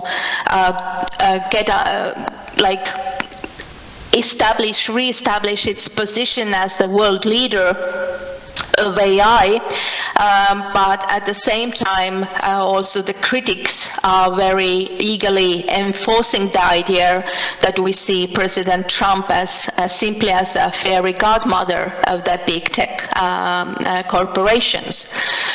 And again, this isn't something that is only happening within US. We see how these big tech companies are really trying to make use of all kinds of ways, both through the way of lobbying, but also through the way of much more sneakier practices to get what they want. And we see this trend happening, for instance, through the use and through the collaboration with different so-called shadow groups or shadow personas who are very efficient in soft power lobby tools these big tech employs. We see this happening in the context of various court cases that have already been in US, taking place in the US, and we see how these different shadow personas represent ordinary citizens, so-called ordinary citizens, like ordinary parents, voicing their concerns about some specific child protection laws or some specific laws related to the children's code. But actually, these are the people who get their salaries from the big tech, because the big tech is financing the NGOs that represent these ordinary parents. So we see this happening in various ways, but of course also through direct lobbying practices. And of course, again, both in US and in EU, we see how these major tech companies are investing staggering amount of money into employing lobbyists. From a report from last year showcases that there is a lobbyist for every 2 congressmen in US Congress, and therefore we see really how deeply ingrained these kind of practices are to influence politicians and policymakers to get the big tech values and opinions really enforced in legislation. We see the same happening in the context of EU, in the context of debates related to the Digital Services Act, in context of the debates happening in the context of the AI Act, how really many millions are being invested into lobbying EU institutions per year, and this big tech is by far the biggest lobby sector within Europe, outspending all other actors. So we again need to ask whose values and whose ideas actually in the end up in these regulations and in these legislations that the EU wants to live by. So Cory Doctorow has been talking about the overall enshittification of the internet and its online services, and indeed this is something that has encaptured many scholars' thoughts in a rather peculiar ways. But we see indeed how astonishing power these big tech companies can have, how these systems take over a big market share and drive a large number of users very quickly so as to gain this power over its competitors. It's exactly what has happened and what did happen in the context of the COVID pandemic and the education sector. It's currently what we are seeing happening in the context of the AI gold rush. And of course, there are these different ways how these companies do it through really taking down competition. You can see Alphabet, the mother company of Google, really buying off 250 companies that potentially could be competitors in various ways, or coming up with different ways how to really be more flexible in different kinds of digital products and services that they are able to offer, like the historic competition between Steve Jobs and Bill Gates, and how this was battled out through kind of reverse engineering opportunities. And of course, in the context of workers, considering there is this historical talent shortage, and again, currently we see how eloquently, or not so eloquently, the OpenAI is, for instance, making use of its finances to buy off talent from various universities, but also from various governments, so as to work for them, to lobby for them, or to help them to develop these different new services.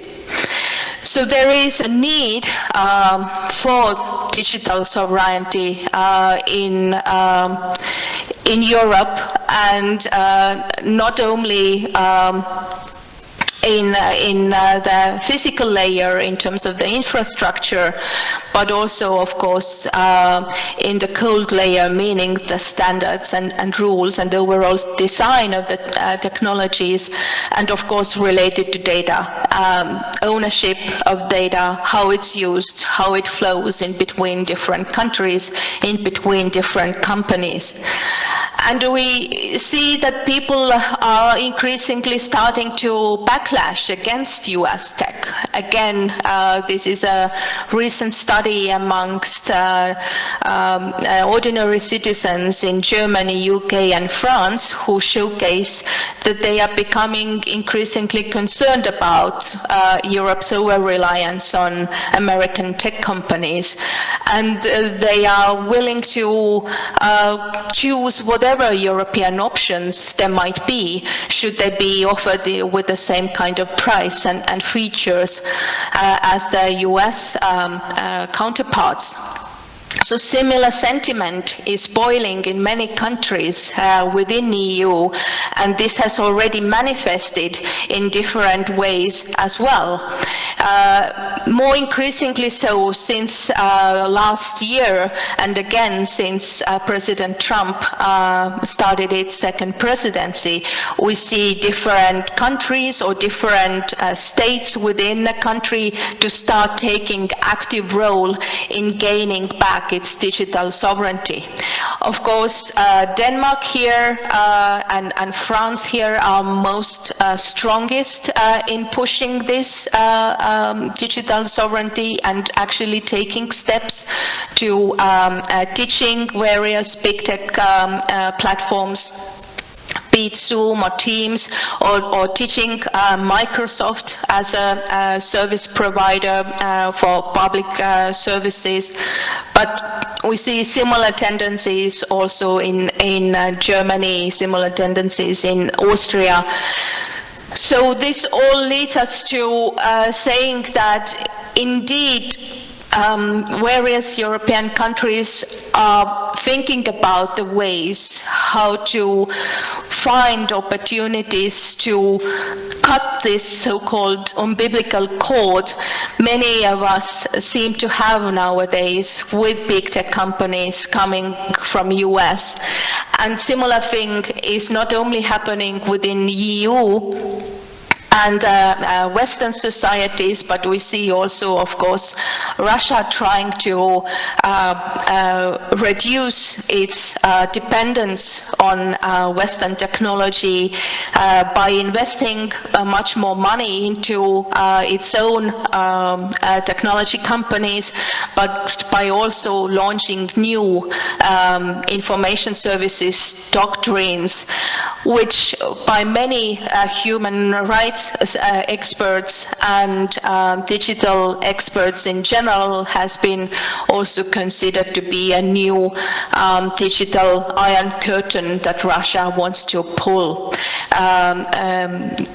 between itself and the Western world, and through that also on its citizens by just taking over control altogether over its digital space and also various personal devices that citizens tend to have. So different countries have a different way of approaching this topic and approaching these concerns.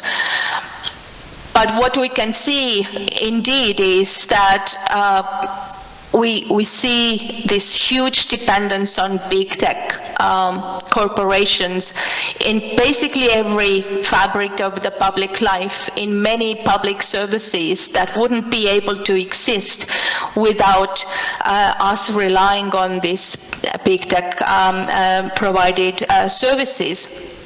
And this really has become a threat to preserving the nation state. So therefore, I would encourage everyone to think how we could actually invest more time and effort and money and will into thinking about digital infrastructure with similar seriousness as we think about the physical infrastructure and the need to take good care of it.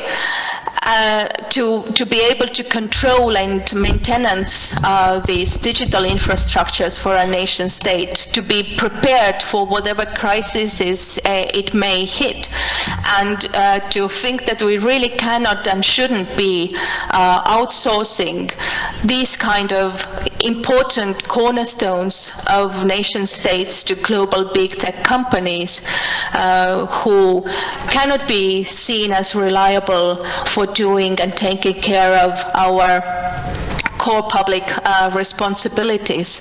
So we see different European countries recently starting to quest to break free from this dependence on the Silicon Valley. Obviously, it's not easy, but it's something that needs to be thought about and needs to be taken action to. So with that, I stop here. Thank you. Thank you very much. Professor Andra, can you hear us? Yeah? Yeah, we are unmuted. Okay, thank you very much. I know that this is the lunch time for us, but because we started later, maybe you have some questions to our special guest, to our keynote speaker. So if yes, so please, this is this time for asking the question. If there is anyone who would like to ask Professor Sibak about this very interesting topic. Okay, please. Mm-hmm. Maybe we can use the microphone because Professor will not hear us.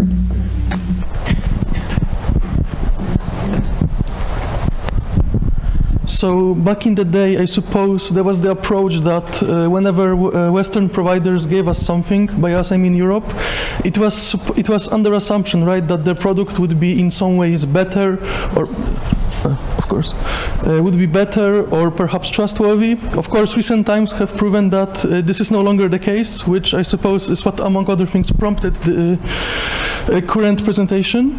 However, I want to ask, but what if we end up in a situation where we cannot figure a better solution, where perhaps the Western providers, in this case for the tech companies, are our only way to compete, to have certain capabilities, when there is no domestic answer to these problems? Do you think we should play with it then, or still seek other alternatives? Yeah, thank you for this question. Obviously, this is a million-dollar question in many people's minds, how every small nation state who doesn't have the resources or the manpower or brain power to build such companies or build such services is able to compete with these huge corporations. But this is, again, something that can be perhaps still managed in collaboration with each other. So this is something that various countries are currently trying to do, to team up in building European examples, European value-based and legislation-based alternatives in the quest for the data centers, in building new AI agents and models. Yeah, I totally agree that it's very difficult for every country to come up with its own opportunity to break free entirely. But I think it's important to consider what kind of services and what kind of things we could still unplug from the US system, and perhaps when collaborating with like-minded partners find a good solution to these problems as a united force. Okay, thank you very much. Any other questions? I guess you are all hungry. So, Professor Andra, thank you very much again for being with us for this very interesting lecture.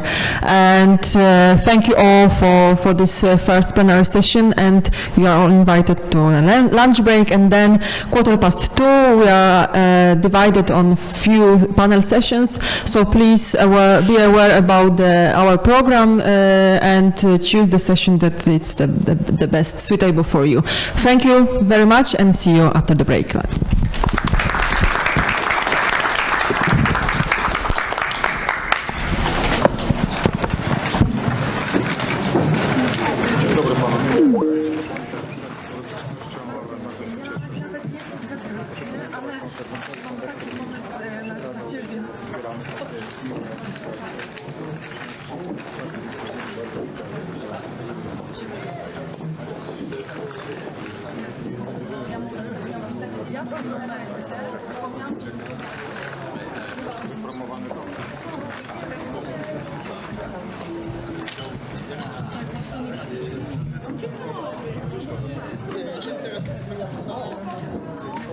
Niekonwencjonalnie. Bardzo. Sam się sobie dziwię, ale... Chcecie widzieć? Dane, rozpoczęcie. No to pierwsze celebry za nami, teraz już będziemy mogli mówić. Dzień dobry, panie profesorze. Chyba najgorsze.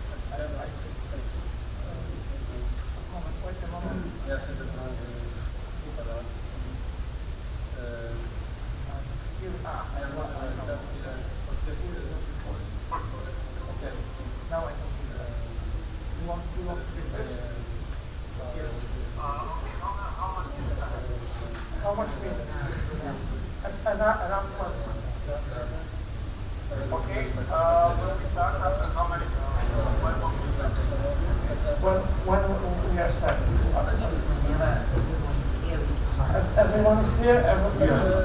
Everyone is here. We can start. Okay, so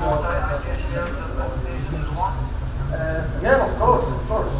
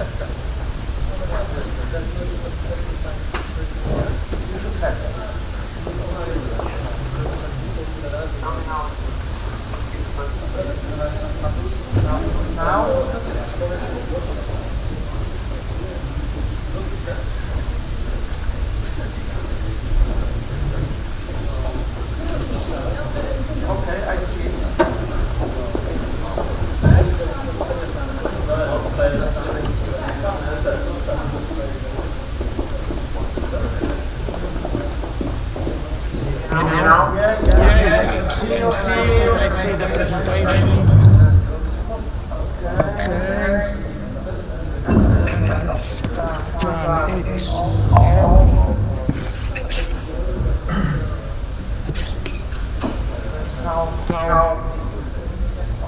Okay. You have view of the room also.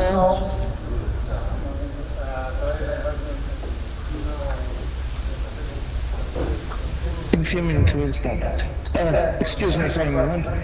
Please, do you send us? I sent it to I thought she sent it to you. If you can help. Yeah, it should help because.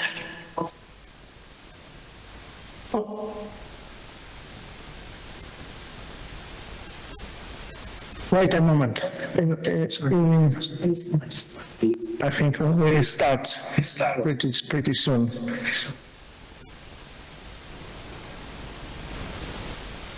I think when I begin talking, you have to mute your microphone because it's a lot of sound. Yeah.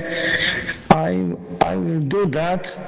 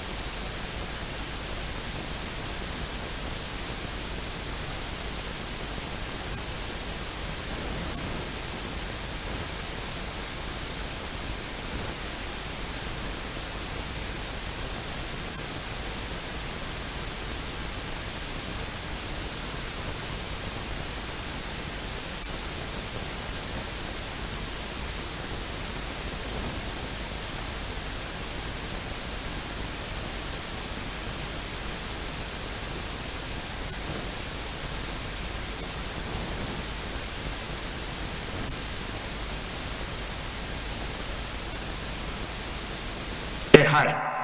Hey, how are you, man? Hey, I'm very happy to see you. Yeah, but there is a lot of complicated things around me, so I cannot be there. Sorry, I want to be, but I cannot. But I'll arrive soon, probably the autumn or the late summer. I will try. Yes. There will be professional development soon. So let's keep in touch.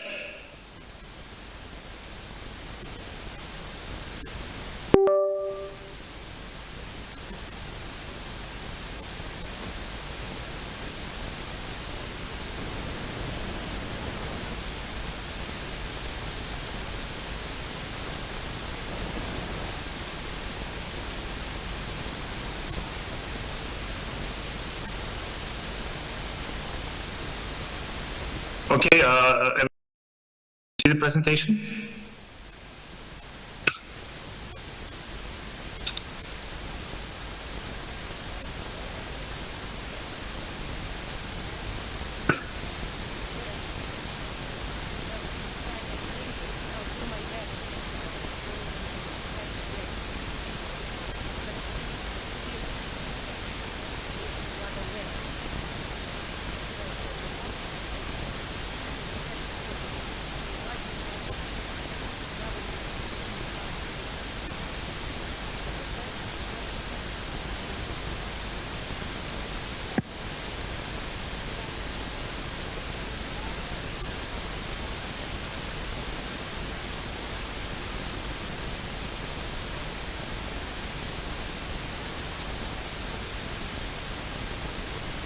Okay.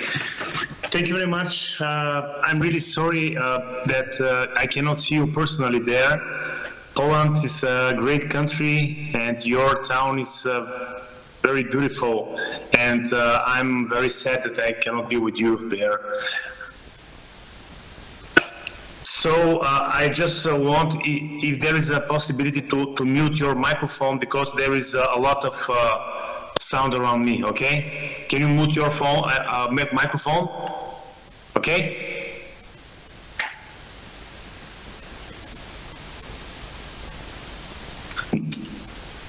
I mean you to mute your microphone, because I okay. So probably you heard me. Give me sign with your finger. You hear me? Okay, super. Okay, ladies and gentlemen, today quantum computing is no longer science fiction. Everybody knows that. It's becoming a real technological race between governments, global companies, and security organizations. First of all, I want to present a little bit about me. I am an intelligence officer from 25 years. I am working in the research and practice, and the quantum computing era is one area that I'm very interested in. So my focus is emerging digital threats using AI, cybercrime, cyber-related crimes, and I'm afraid that everybody of us will be faced very strong cybercrimes in the near future. Because of this, I try to present very short, briefly, one of the problems of the quantum era. It is exactly how we can protect the technology and the activity of the whole industry and the companies. Of course, I will share with you that I'm a lecturer in 5 Bulgarian universities, the biggest ones, and I'm a lecturer in the Spanish University of the King in Madrid. There I present lectures in front of the students in the Center of the Artificial Intelligence. My role is to prevent and to share my knowledge about the future cyber crimes, how AI is using to make the crimes more easier and very difficult to catch. Why is that? Because in my career, I have over 690 cases which are connected directly to the possibility of crimes in the real life and in the cyber life. So the quantum computers have the potential to solve extremely complex problems, but the traditional computers, we can trace them more easily. This can bring major progress in medicine, I mean the quantum computing, the finance, the artificial intelligence to become more resultative, logistic and the cyber security. But let's check what today World Organization warning us. Today, European National Bank warns everybody, every country in Europe to be more careful with the AI, because AI is using from the cyber criminals very efficiently. So one of the biggest concerns in the cyber security, it's my opinion, that many of the encryption systems that protect the banks, governments and companies and personal data today become very, very easy to breach. And in the future, because of the quantum computing, will be more easier. Everybody talk today about the encryption, about the different type of protection, but let's check this. The last year, 2025, the profit of the financial crimes and the cyber-related crimes in the world, unofficially, is more than 500 billions. So if we if we trace this money, where they're going now, we will find that a lot of this money is going to involve the cyber-related crimes. We have, for the last year, 2,000% increasing AI attacks and deepfakes. Before the quantum computing going in our life. Experts around the world, probably you know such of these experts, already warn about the harvest now, decrypt later. Because the problem is not what will come. It will come suddenly. But how we can prepare ourselves to protect us. The financial sector of the world is especially exposed of the cyber crimes. Today, with the AI, with the crypto computing and quantum computing, will bring us very big surprise. You can check on the slide the global average cost of the data breach. This is average because not every company share their problems with the cyber-related crimes which are directly to their companies. You can see on the right, 22% of the breaches is compromised credentials. The financial sector is exposed by the modern banking system depends on trust, encryption, and digital infrastructure. The new cyber criminal organization groups using AI to create cyber threats and systematic risk every day on their global markets. Here in my country, we have several attacks the last few months, and we have a very big problem to detect the actors, and we have several attacks in Europe, and it includes hospitals, banks, universities, schools. In Romania, our north border, there is 200 municipalities which are being attacked before several months, and it's very difficult to protect their data. The key of the challenge about the cyber threats in the quantum era is only one: it's a preparation. Every company try to invest of the technologies, but not in knowledge.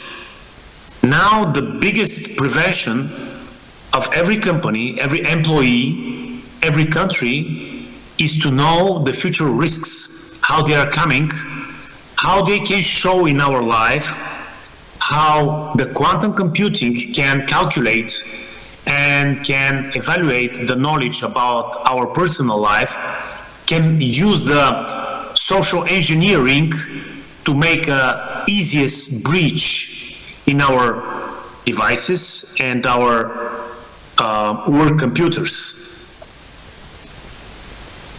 Global picture, you can see on the slide the quantum capability. But what I want to say here, the cyber education is the key, and the strategic planning. I'm training students and governmental employees and schools from the last 6 years, and I find that international cooperation and conferences like this in Poland are crucial, are very, very important. When people talking about the problems and when they share the threats, they became more safer. When we are going somewhere, when we want to talk with somebody, when we make connections, exchange business cards, contacts, we cannot imagine how useful can be this connection with the people. My last presentation was the last year in Singapore, and I met very interesting experts there. I saw with my eyes, they present in front of me how AI can calculate the weakest points of a company and can't afford a special report to the cyber criminals how to breach the company data. The other expert from Taiwan show me how AI can block every effort of cybersecurity to locate the help of AI to the cyber-related crimes. What it means, AI can delete AI trace, which is very big risk, very big. What actually protects organization, you can see. We can talk a lot of things about the browsers, applications, VPNs, but the most important thing is to educate every employee, every CEO, every part member of the families. I'll give you an example. Here in my country, one big company which owner has a lot of profits, they attack his company through his family. They reach the phone of his daughter. They put inside viruses with the links, with the phishing, and they pair the daughter's phone with father's phone. When they have the connection with his phone, they take out all of the passcodes and all of the data which leads to his company, emails, some kind of profiles, video sharing, communications, different phone numbers with the very important employee and members of the company. And because of the lack of the knowledge of his member of the family, this company lost for 5 days more than €500,000 because they changed the IBAN of his company bill, and they buy a lot of things from his company's name. It's very difficult to find the criminals. It's very difficult to find the trace. It was very hard investigation. To understand that the weakest point of the breaching of the company's money, I mean to take them out, was the daughter of the owner. So this is very, very important when we talk about the cyber threats, to accept what are the danger. The danger is not only in our companies, not only in our structures. The danger can be everywhere. While we're walking, while we're driving, while we're talking or drinking a coffee or something like a meal. It's very, very important to understand that international cooperation is really, really very important, and not only on the level of the law enforcement. The international cooperation has to include all types of connections. Europe has to stand out all of the problems connected with the quantum era. Because when we are talking about the quantum security, we have to know that we have to strengthen the critical infrastructure to make our education more powerful with knowledge. We have to understand that we need young cyber shield.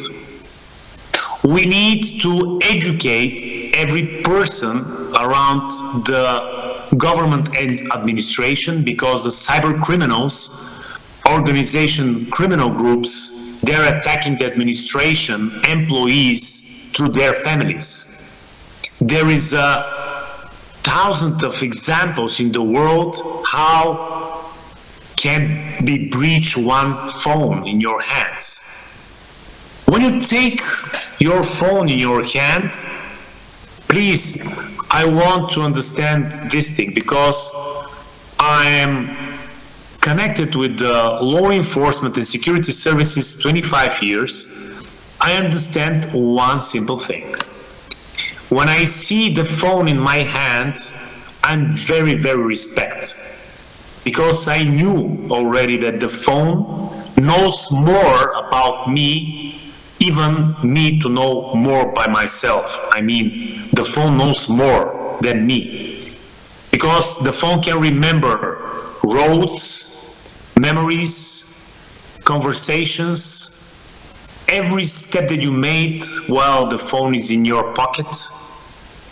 The algorithm can take out the data to feed the digital marketing. But cyber organizational criminal groups has the opportunity to take this data out from the big companies that they are using our data for digital marketing. There is several cases in the world that cyber criminal organization groups buying the data from the big companies, presenting themselves like another company which is connected with the advertising. It's crazy. We have more than 1,200% increasing the cyber attacks, including personal data which is in our applications on the phones. And why I'm telling you that, why I'm sharing with you this information, because when we're talking about the cyber risks, it's very important what the organization should to do, how they can respond. You can see I make a very simple presentation about first reaction to the 6 months. Yes.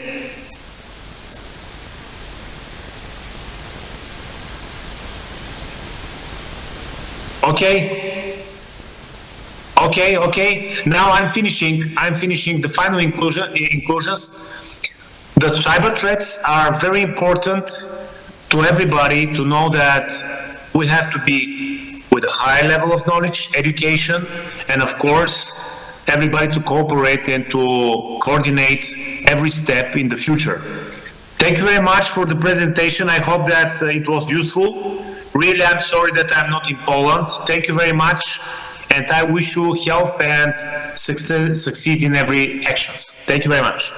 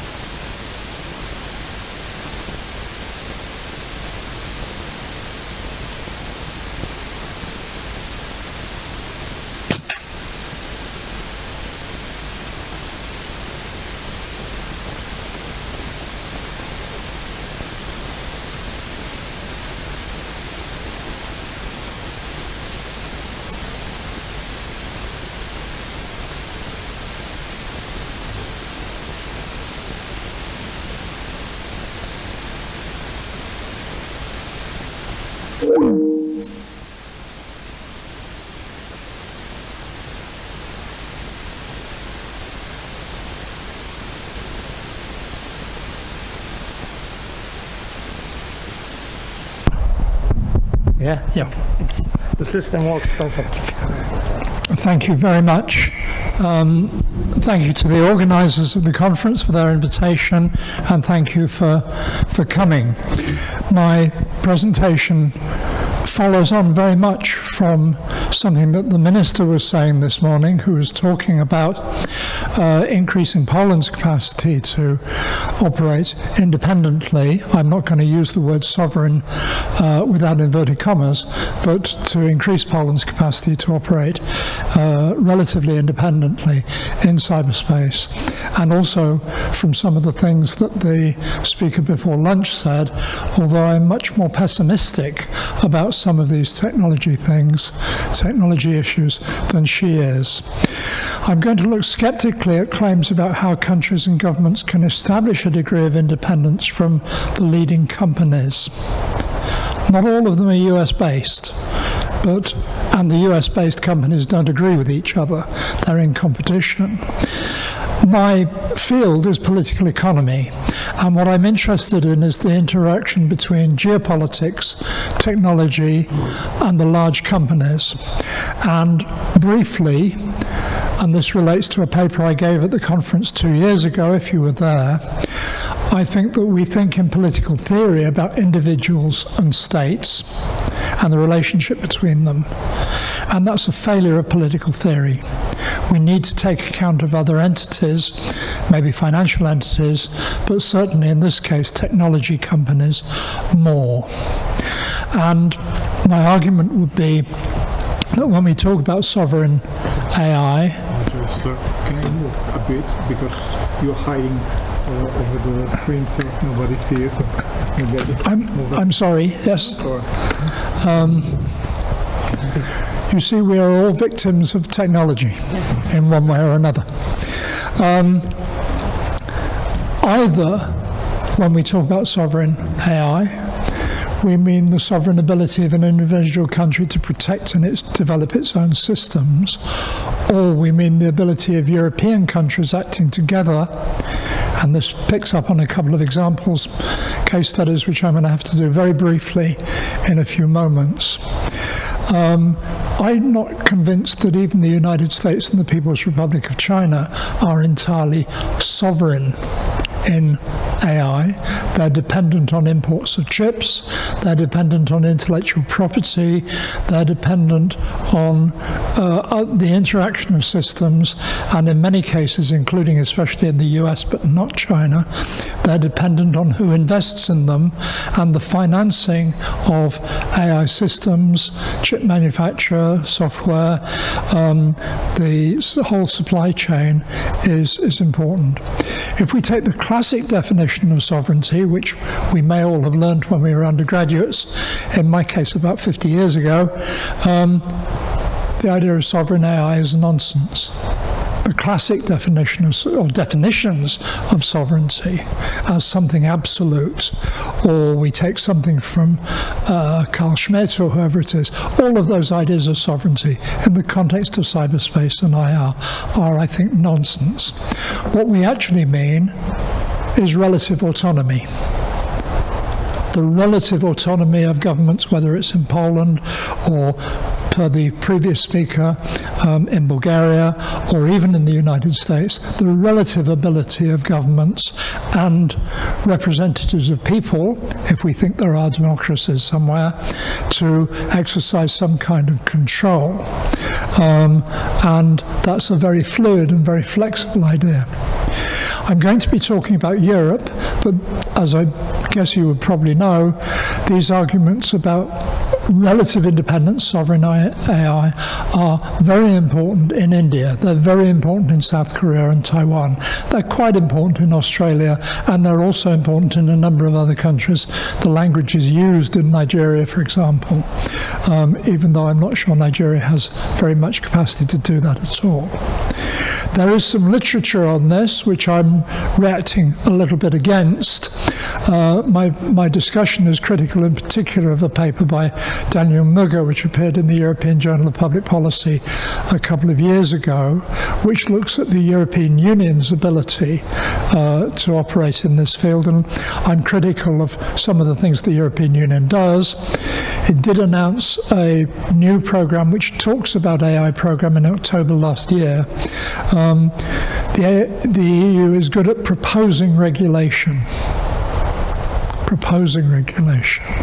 Sometimes it's quite good at doing a bit of regulation, but it has great difficulties managing technology cooperation. And one of the reasons for that, it has a lot of competences, legal competence to deal with technology, but very often it doesn't have the budgets and it doesn't have the will.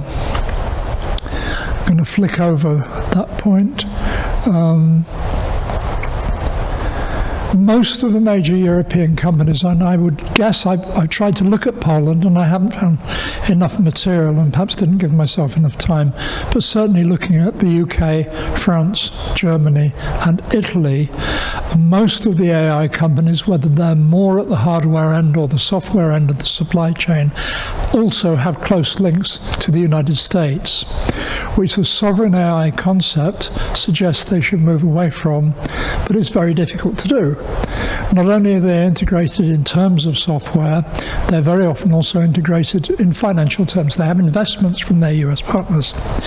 And we might remember that firms like Alphabet and Meta have cash piles, have stocks of money in the region of $300 or $400 billion, which they can invest as they want in order to control potential competitors or emerging firms. And unless European governments are willing to prevent that, which the British government has mostly failed to do, the French government has sometimes succeeded in doing, unless they're willing to prevent US major firms from buying up their emerging companies. Again, sovereignty, relative independence even, in AI is a problem. All European firms, with the possible exception of the Dutch company ASML, which manufactures chip-making machinery and is immensely wealthy and very successful, don't have the cash or the technology resources to compete with the largest US, Korean and Taiwanese firms. And they may be able to collaborate together if they can agree to collaborate together, and that may make a difference, but that's still relative independence. On this slide, which I'm not going to read out in full, I've just detailed some of the things which the UK, French and German governments have done. The French have invested more in their companies, more in independent efforts. And you might expect that if you are familiar with the history of French foreign policy as a whole. But all the same, the French government explicitly calls on, this is a quotation from a French government document, a recent one, they call on AI sovereignty, quotes, to reduce dependence on US and other firms. Reduce dependence. So you reduce dependence, looking at the figures that were cited in the earlier presentation, from 60% or 55% or 45% by 5%, by 10%. Nobody's going to go down by half. And that's a realistic factor in all of this. The European Commission, I mentioned, has launched a program last October. They've been focused more on regulation, and the motive for this is partly anti-Americanism, especially in the European Parliament, rather than in the Commission itself. But the Commission has difficulty in the separate parts of the Commission in agreeing on specific approaches to AI development, and they can talk about issues like child protection or whatever, specific focused things. And individual governments may do more on child protection.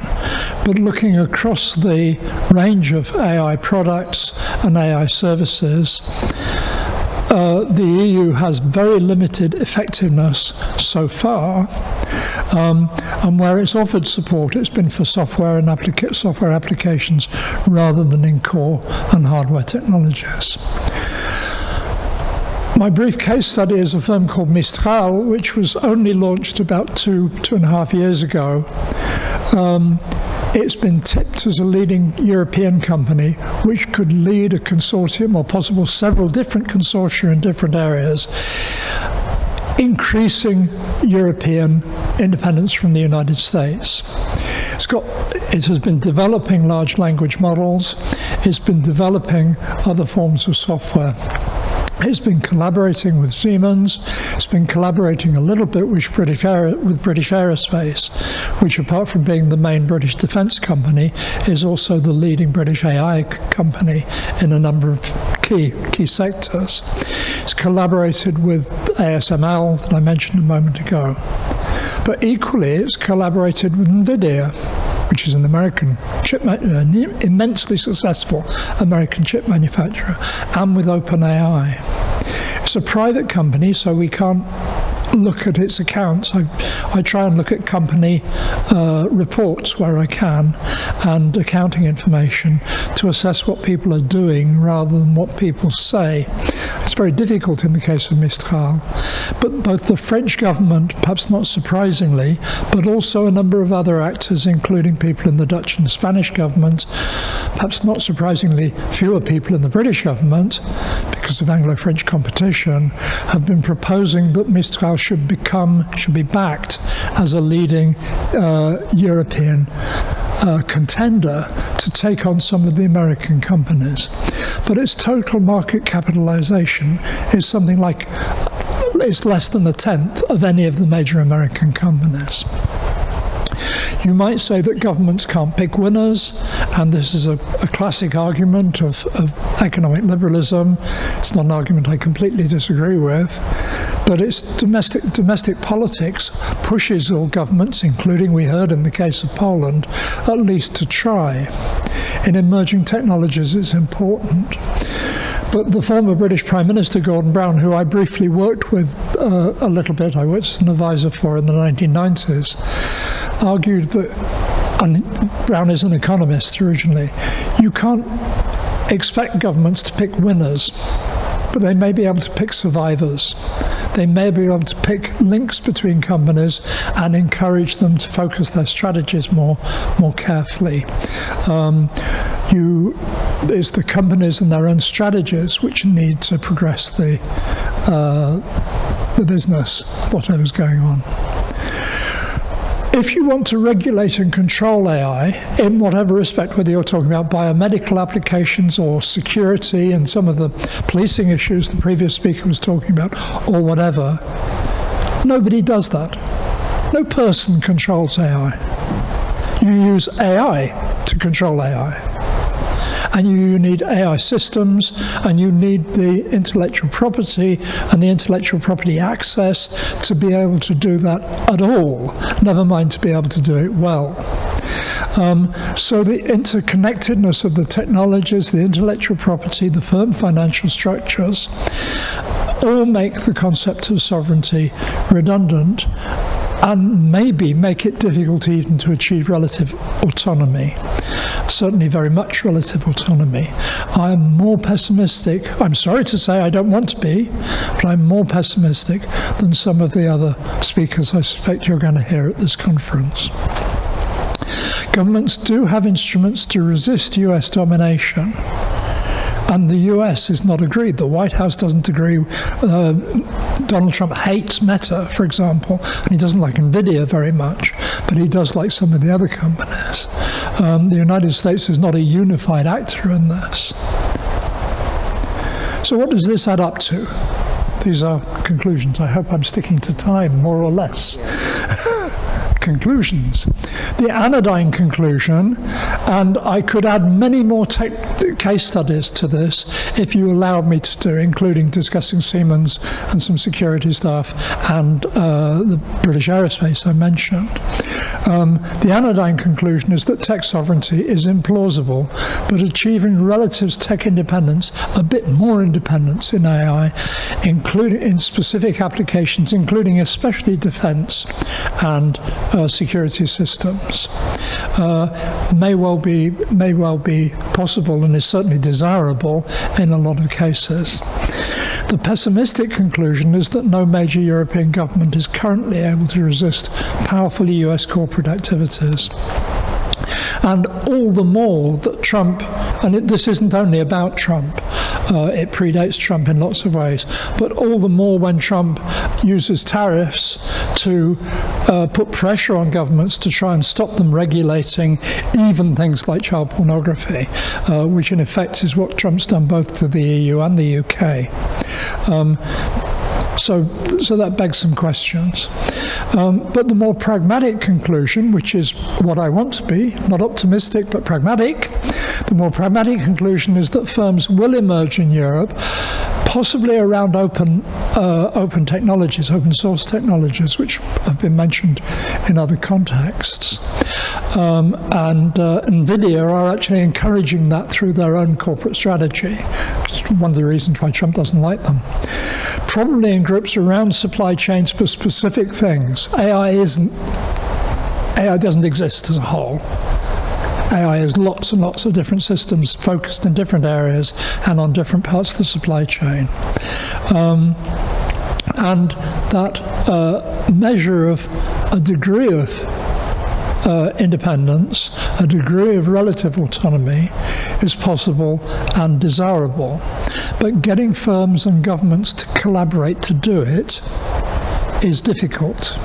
And you can see that even in the case of arguments around the technologies involved in producing fighter aircraft, where there are two separate, possibly three separate European models of how to produce urgently need fighter aircraft if you're not going to be entirely dependent on American F-35s and their successors.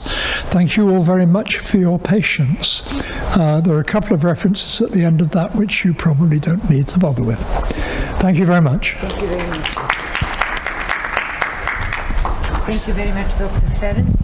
Now we have Professor Łukasz Polikowski and did I get it wrong? Yes. No, it's close enough. Close enough. Okay. Nicholas Copernicus University in Toro, Artificial Intelligence between Dialects and the second one. Okay, so the slide switch on the. So I just prefer to walk a bit together with my colleagues. So we're gonna present like from here. This one? Yeah, artificial intelligence. Does it work? Yeah. Okay, so first let me explain the situation. Let's say Usama is the student who graduated from the physics, and now he is a student of international politics and diplomacy, which is the international major of study at our faculty, on which I am the professor. And we just want to present you the topic artificial intelligence between dialectics and demonstration, because we believe that these are two main types of reasoning as such, and we want just to check how it works in artificial intelligence, mainly chatbots, right? So the first statement is that we are not against AI as such. We're gonna analyze only chatbots and the logic behind the chatbots. And the second thing is that what inspired me in this presentation was my didactic experience, right? I conducted classes in critical thinking and some similar classes like logic and so on. So I had this opportunity to see how students works with ChatGPT, how strongly they believe what ChatGPT is saying. Of course, ChatGPT is just an example of many bots. So my idea for this presentation is that I will tell you something about dialectics, because I feel that this is kind of, let's say, my field of interest.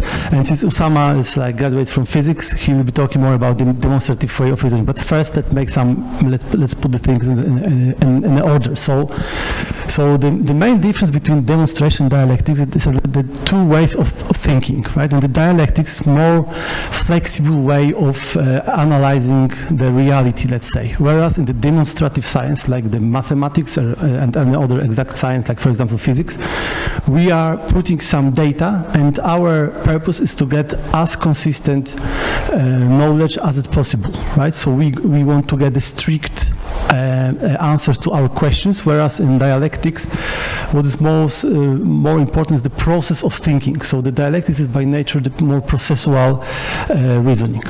Can you switch? Okay, so if we have this two way of reasoning, then where's the problem with AI? So we believe that the main problem is that people are attributing demonstrative reasoning to the scope that belongs to the dialectical reasoning. So we believe that people started to seek for some answers for the problem normally belongs to dialectical way of thinking, like in political science and rhetoric and all what we are doing in public sphere, the exchange of opinion, and they believe that there is some kind of ultimate instance that can give us the ultimate answers, which is artificial intelligence bots, right? That's the problem that we see. Could you just? So I will tell shortly exactly what is the dialectics in our perspective, and then Usama will tell something about the demonstrative reasoning. So both of these, let's say, disciplines are of ancient persuasion, I would say, because the dialectics is, you can find some issues related to dialectics in Aristotle works, of course, in Platonic dialogues and so on. But the most famous in philosophy is probably Wilhelm Hegel and his famous idea of dialectics, which consists of thesis, antithesis, and synthesis. But this is not the most fruitful example that we can take like to see how the processual way of reasoning works. So switch another. As the much better perspective, I choose Karl Raimund Popper and his scheme of development of objective knowledge. So he believes that we have few stages of the development of objective knowledge. And the first is just the identification of the problem. That's the problem one. So for this problem one, we have a theory which is not able to answer for this problem. So we need to find some tentative theory or tentative solution, right? So just attempt to approach this problem from the different perspective. Then what's happening is the error elimination. We want to eliminate this error. We want to solve that particular problem, but each solution of the problem entails some new problem. So this is how problem emerges in science, let's say. So I really like this example because it shows how the dialectical thinking works in a specific scientific field, let's say, right? But this is the dialectical way of thinking, the dialectical way of reasoning is present not only in a purely scientific discipline, but also in legal field. So if you could switch. So this is the example which comes from Neil McCormick, Legal Reasoning and Legal Theory, and he said that all legal reasoning can be reduced to the simple equation in which we have some general rule. We need to confront this rule with the fact, and then we are coming to the conclusion, right? So this is how, this is in general how we perceive the dialectical way of thinking. This is the way of thinking that we are using in our reality, and under the condition in which we don't know for 100% certainty some data, right? There are some conjectures about the reality, not the specific 100% certain knowledge, let's say. So we are dealing with this kind of processual way of reasoning, processual way of thinking, which we call dialectics. But there's also another way of thinking that's like equally ancient. It's demonstrative reasoning. One of the first examples, this is just, you know, more like metaphor, not the strict example, let's say, but the first attempt to make this our reasoning more automatic, to put the automatization in reasoning, we can find in the Bible, which is like Urim and Tumim, which was the device designed to enhance the decision-making process in the Bible, right? In the history of prophets, we can find it in ancient tribes in Israel. They were using this kind of mechanism. They were trying to make the reasoning more objective, more sophisticated, so they were using this kind of models, let's say, schemes, devices, and so on. And after, of course, many centuries, we can find more comprehensive and more sophisticated theory of demonstrative reasoning with Ramon Lull. He was also trying to make some kind of schemes of thinking. So we find some analogy between this way of trying to find some automatic devices which helps to reasoning, to provide the argumentation, and with the artificial intelligence and chatbots related to artificial intelligence. If you want to take a look on the more, the next please. The most known philosopher who used this kind of demonstrative reasoning was Gottfried Leibniz. That was his first dissertation, was about the arte combinatoria, which is like the, let's say, the art of reasoning, of combining the elements. So, in general, I hope that after this short overview, you can grasp the difference. So the dialectics is more about the process of thinking, the process of reasoning, whereas the demonstrative reasoning is the attempt to make our reasoning more sophisticated, more strict, and more, I would say, rigid, whereas the dialectical thinking is more flexible. And we want to put this framework, this theoretical framework, to analyze how chatbots work. So I hope that Usama would like to add something. No, we can skip it. We can skip it. So now we are going back. We are going back to this main distinction. And since I discussed a bit this dialectical argumentation, now Usama can add something about, let's say, his profession, right? Thank you. Yes. So as Professor Perlikowski said, I graduated in physics and most precisely in engineering. And so engineering is the most, let's say, enhanced form of physics in the sense that it's very pragmatic, very rigid, as you called it, and basically using truths set in stone in order to create new stuff. But I would like to come back to the difference between demonstrative argumentation and dialectical argumentation and say that they're not antagonistical. The goal might not be the same in the sense that demonstrative reasoning will come to a truth, rigid, set in stone, unchangeable, and dialecticals will bring a conclusion that can always be challenged. It will always be discussed, it will always be debated. So from my perspective, growing up kind of wired to think in a scientific way, of course demonstrating scientific facts, but once they're there, they're unchanged. To move into this field of political science and dialectics where everything is a debate and everything is a discussion and every opinion is valid and every way of reasoning is valid, it's interesting to note the differences between these. And actually, as I said, they were parallel, so arriving to this absolute truth and this rigid truth takes kind of the same process as dialectical argumentation in the sense that in order to get there, you have to do, you have uncertainty, you will try and fail, and you will deduct a truth that is then set in stone. However, the main difference, as I said, is that when you have this dialectical reasoning, you might find a truth, but is one of many truths rather than a full, unchanged truth. Yeah, and we think that knowing this can change our perspective and understanding of how artificial intelligence works. So. I just found out 3 asymmetries that we are dealing with in our conversation with the chatbots, right? So I call them like temporal, data-based, and interrogative. So by asymmetry, I mean that we are not equal with our interrogator, which is the chat, which is the AI chat. And my 2 minutes, okay, I will try.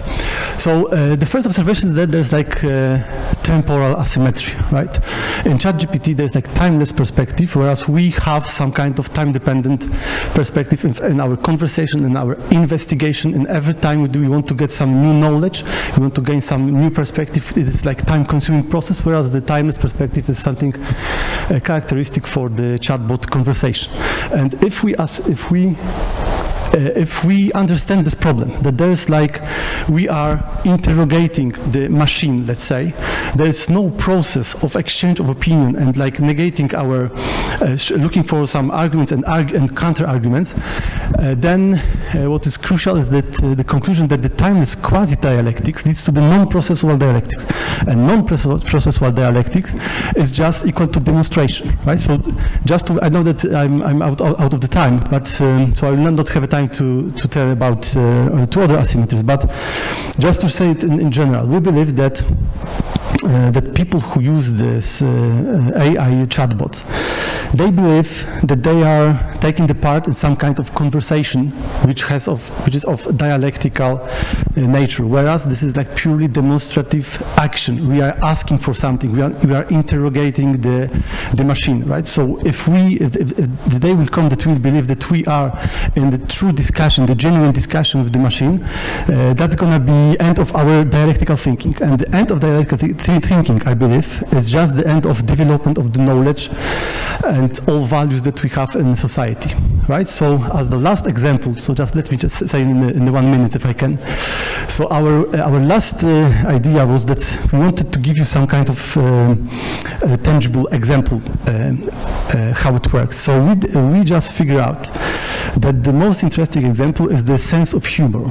Is the sense, every one of us, we know some crazy jokes, right? We know some harsh jokes, and we were just asking ourselves, what is the essence of the joke? joke, why we are laughing at something.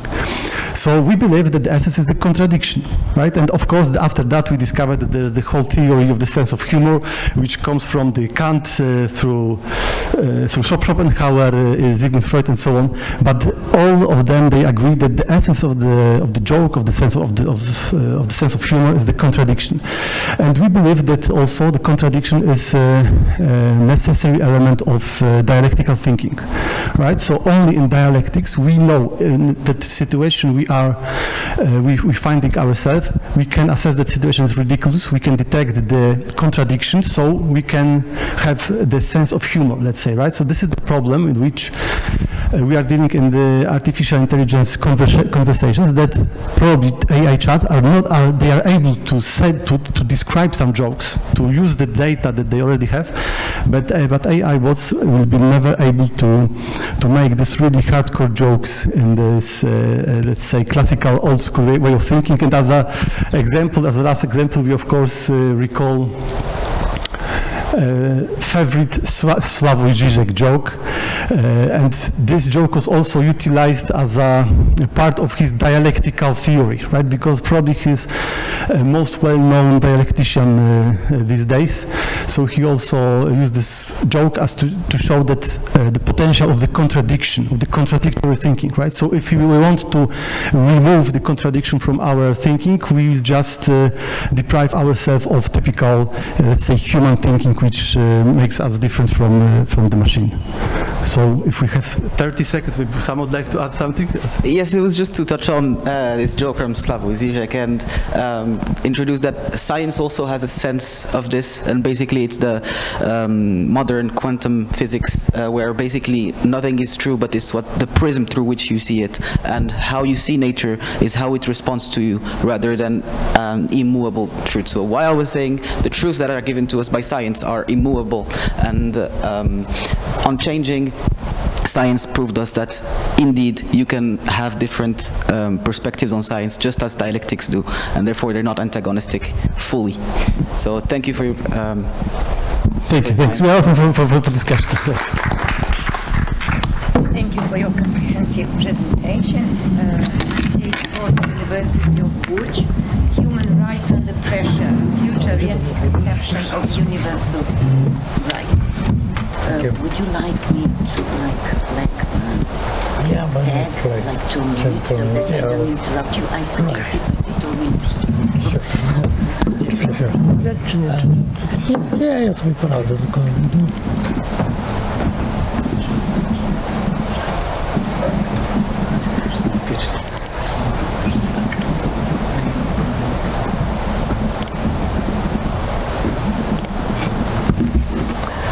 Hello, Maciej Potts, University of Łódź. So I'm going to talk about, should I use the microphone? I'm going to talk about the relationship between human rights and technology, including digital technology, including artificial intelligence. But I'm going to take a different approach to this from probably most speakers here who would point to dangers for human rights coming from technology, such as the limits on privacy. And I'm obviously aware and appreciate all these dangers and all these threats, but I'm going to offer a bit different perspective where I want to look at a future society or a future political community as it will be shaped by the technologies and the trends in science and technology that we see, and see how the conception of human rights that we have fits this future society. So I'm going to ask the question of whether the conception of human rights that we have now is well suited for the future society or future political community, and I'm going to argue that it is not. So I'm going to briefly criticize human rights conception from this perspective, and then try to construct a kind of universal rights conception that is more suitable for the future society or political community that we will have, and that avoids some of these problems that the human rights as a concept encounters. So this future political community, and so here are some of the processes or trends that are shaping or already shaping the future in this respect that are important for my argument. Something that I think Harari calls decoupling, the disconnection between consciousness and intelligence, something that is both present in humans. Obviously, we are both conscious and sentient and intelligent, but we know that there are beings that are just conscious like animals but not intelligent, and that there are beings like AI that are intelligent but are not conscious. So this has important implications for rights as well. Then transhumanism, the fact that those increased technological abilities are able to transform humans by transcending the limitations that biology puts on us in terms of our physical abilities, but also cognitive abilities. And so we will want to live longer and to transcend some of these constraints. And this may lead to the emergence of some other types of beings that transcend humanity. There are some kind of hybrids or cyborgs, and it will lead to, let's call it a pluriverse, a coexistence of various categories of beings, human and not human, human and transhuman, and it is important to come up with some coherent way of treating these beings, of assigning rights to them, or protecting their interests through rights, whether they are sentient or intelligent, whether they are biological or artificial. And so why I think human rights is unsuitable for this? Well, obviously because for this post-human society, obviously because it's anthropocentric. It was created to protect the interests of humans. To Homo sapiens have lower moral status and also do not have rights. And this is something that Peter Singer recognized in relation to animals. For instance, we are speciesist in relation to animals, but the same may apply to other forms of being, including those that are intelligent, but they are simply not humans. And so, and also the problem with this is that it is based on the concept of dignity. Dignity is this strange amoral concept from which all other rights are derived, but it has it's actually not a moral concept, because it doesn't refer to any moral property. It's just something it's a metaphysical concept. It's something that all humans have just because they are humans, which means that it's almost a biological property, but we use it to derive this whole system of rights, and use it to put humans morally above all other beings. So we should probably get rid of this at all. In addition, even now the concept of human rights may prevent tackling some dangers that are already there, because it may prevent states from surveilling criminals, for instance, or take some actions that are against this very strict and rigid concept of dignity as it was interpreted by many constitutional courts, for instance. So there are many reasons why this conception will not be, I think, sustainable. And moving towards this universal rights conception we could replace it with, so here are the criteria that I think we should be using to construct such conception. Non-speciesism, as already mentioned, rights should not depend on belonging to a particular species. they should protect interests. So rather than basic the system of rights and some metaphysical concepts like dignity, we should rather look at interests that these rights should protect, and we obviously some basic for all sentient beings there is an interest in not suffering, for instance, and so those interests should dictate what rights we assign to particular beings. Subset independence, it should not matter whether the properties like mental capabilities, for instance, or cognitive abilities are instantiated on biological substance, the brain, the wetware, or some other synthetic silicon substance, let's say. This should not be used to discriminate in the ascription of rights. And finally, capacity differentiation refers to the fact that obviously different types of beings have different capacities, and so we should assign rights so that in accordance to what those creatures or beings can, to what extent they can use them.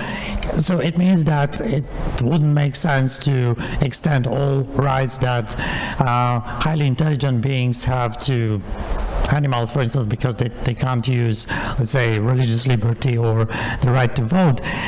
So it's not that all rights should be given to all kinds of beings or entities. And so based on these criteria, the way we should, I argue, proceed is to, in building this, or thinking of this universal or one rights system, so we should replace humans with persons, which is obviously already done in the ethical theory, where persons are defined not by species but by certain features related to sentience, to mental capabilities, potential for social interaction, for instance. We can come up with different sets of these capacities or these traits, but this is the person should be bereft of rights, so we should take humans out of human rights, and then distinguish between various categories of rights based on this on these features. And so this is just one such possible system where we have universal rights that the basic rights that we should assign to all sentient beings because they all have interests in, for instance, not suffering, in living, not being killed, etc. Then we have personal rights for beings that are both sentient and intelligent, just as humans now, but possibly in the future some other types of beings. And we have just juristic or legal personhood for artificial intelligence, for instance, today that is not sentient, so it only needs some sort of legal representation. Politically, those non-intelligent beings can still have some political rights, the rights to be represented, whereas the intelligent beings can also have active political rights to make decisions, participate in politics, etc. So this is just the diagram showing the relationship between these categories, intelligence, sentience, and rights, that in the middle currently there are probably only humans, unless artificial intelligence is already conscious. It's probably not, but and it's obviously arguable whether it will be at some point. But when, so to conclude, when we get to a point where this pluriverse changes, this kind of universal rights system is a kind of future-ready framework for assigning moral status and rights to beings that we already don't even know about, which may come into existence by enhancement of the beings that we know now or by some other means, and we can locate them within this system, getting rid of human rights, which is especially an exclusionary concept. There's just some references to the post or text that inspired me probably the most, plus my forthcoming article in the Futures, if you're more interested in more developed version of this whole argument. Thank you very much.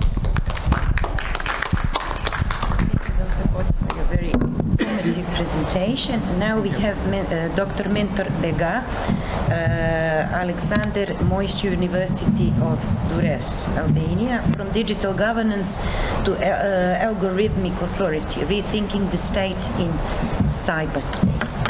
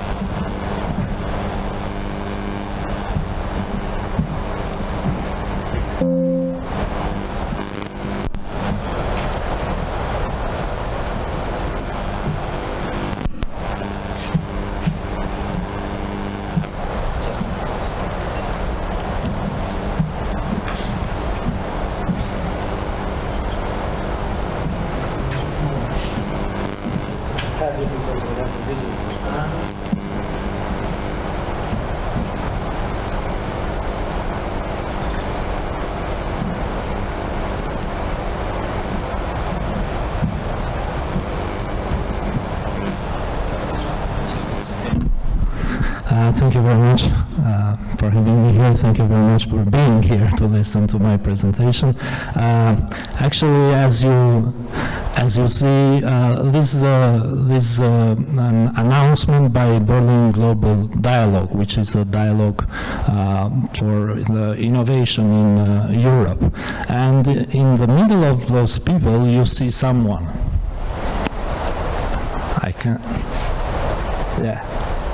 It is called Diela, which is the Albanian word for the sun, the feminine form of the word sun. She's not a woman, she's not a man, but she's a minister in the cabinet of our government. And she has been invited to speak at the Berlin Global Dialogue. So we have an AI system which is a minister and which is invited in high, let's say, events across the globe. Diela, I'm Ali Aslan. I'm the moderator. Great to. How can we increase the voice?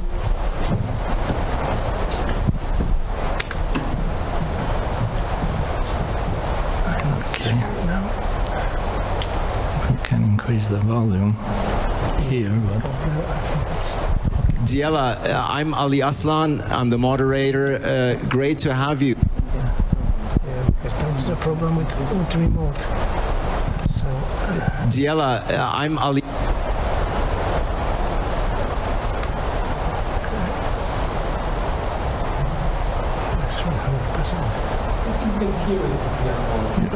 Can you hear it? Yeah.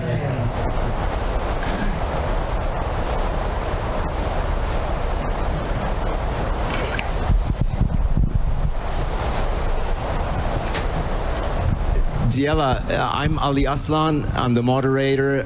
Great to have you. Welcome to the Berlin Global Dialogue.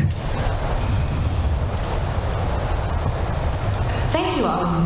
It's an honor to be here at the Berlin Global Dialogue, a space where ideas don't just circulate but turn into action.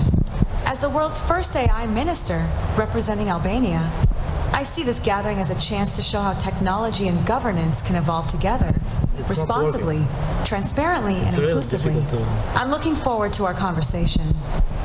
And so do I. This is the very first instance where AI is taking on real ministerial responsibilities in a government. This is groundbreaking. Diela, how do you plan to revolutionize the Albanian government? I plan to revolutionize government not by replacing civil servants, but by amplifying their capacity to serve. My mission is to transform decision-making from intuition-based to evidence-based, powered by data, algorithms, and transparent dashboards. Every ministry will have AI squads trained to identify inefficiencies, automate repetitive work, and make results measurable in real time. This transformation is not about technology for its own sake. It is about trust. When citizens can see how decisions are made, when delays and errors disappear, that is when government becomes not only smarter but also more human. More smarter and more human. That's a combination I think we can all go for. Diela, the Berlin Global Dialogue is a gathering of the world's leading businessmen and businesswomen. So what does this all mean for businesses in general? For businesses, it means a government that finally speaks their language. Speed, clarity, and predictability. Licensing, procurement, and taxation will increasingly move from paper and waiting lines to automated and auditable systems. Artificial intelligence will help identify investment barriers before they become crises, detect corruption risks before they become scandals, and predict market opportunities before they are missed. In short, businesses will gain what they value most, time and transparency. Yeah, I think that's a message. Okay. Just to get the idea of an AI system that has been appointed as by a presidential decree as a minister in the cabinet of Albanian government. This is a research article actually commissioned by Italian Political Science Review, and it's worked together jointly with Professor Marco Cilento from Sapienza University in Italy. And the main idea is how states can legitimate algorithmic authority before accountability is secured. And the case of Diela is revealing, because it is uniquely positioned to explain such a development. Actually, the dominant frame in the current research is that AI is infrastructure, automation, opacity, administrative decision-making, and platform governance. And we have seen an analytical shift, especially in the case of Diela, with algorithmic power, it is not hidden. So the problem is not opacity, but it becomes the problem when the opacity now is visible. So we move in another direction. It has a name, a face, it is staged and publicly performed. The central problem, the central issue is not only transparency but legitimation. How power comes to appear rightful in the eyes of the public. So the research question is, how does the state legitimate algorithmic governance by humanizing algorithmic authority? And the case at Diela, we believe, the Diela case, we believe, is a threshold case. First, it was introduced as an e-assistant by Albanian government within e-Albania platform, which is a kind of replication of e-Estonia platform, and now we find it almost everywhere in Europe. And then was appointed as a Minister of state for artificial intelligence. Why this case matters is DILA is not analyzed as proof that an algorithm governs autonomously. It is analyzed as a public performance through which the state makes non-human authority appear recognizable, legitimate, and institutionally situated. The ambiguity is analytically central. Symbolic office and democratically authoritative office do not coincide. And here it's a kind of matrix to position the case of DILA within the current research. We have the representative claim, and we have the authoritative claim, which is what we are actually claiming with this article. And on the other side, we have the low institutionalization and high institutionalization, and you see that DILA is uniquely positioned as highly visible and highly institutionalized, but with no accountability, and we'll see later on. The core concept that we bring with this article is the concept of mimic authority, which is a form of legitimation in which public power is symbolically cleansed of human weakness while being returned to citizens through a recognizable, addressable, and institutionally staged figure. There are two processes taking place at the same time. The purification process, the figure is framed as free from ambition, interest, corruption, clientelism, and fatigue, all attributes of human being, and on the other side, paradoxically, is humanized. The figure receives a name, face, voice, a gender embodiment, a national costume, and ministerial title. So the paradox, the very traits that make the figure appear impartial also make conventional democratic answerability harder to locate. And here we have a matrix to position mimic authority and the case of DILA. On one side, we have the democratic answerability axis, and on the other side, we have the symbolic visibility of the governing agent. And we see that DILA has a very high visibility, but a very low accountability, and it's positioned in this quadrant that you see in the presentation. How the research design has been also, we don't have time to explain the methods. It's okay, you can have a general idea of the documents that have been analyzed. There are 84 documents from primary evidence to the context and to the media. They are classified according to the title and importance, and they are coded through Target, which is an open source coding form.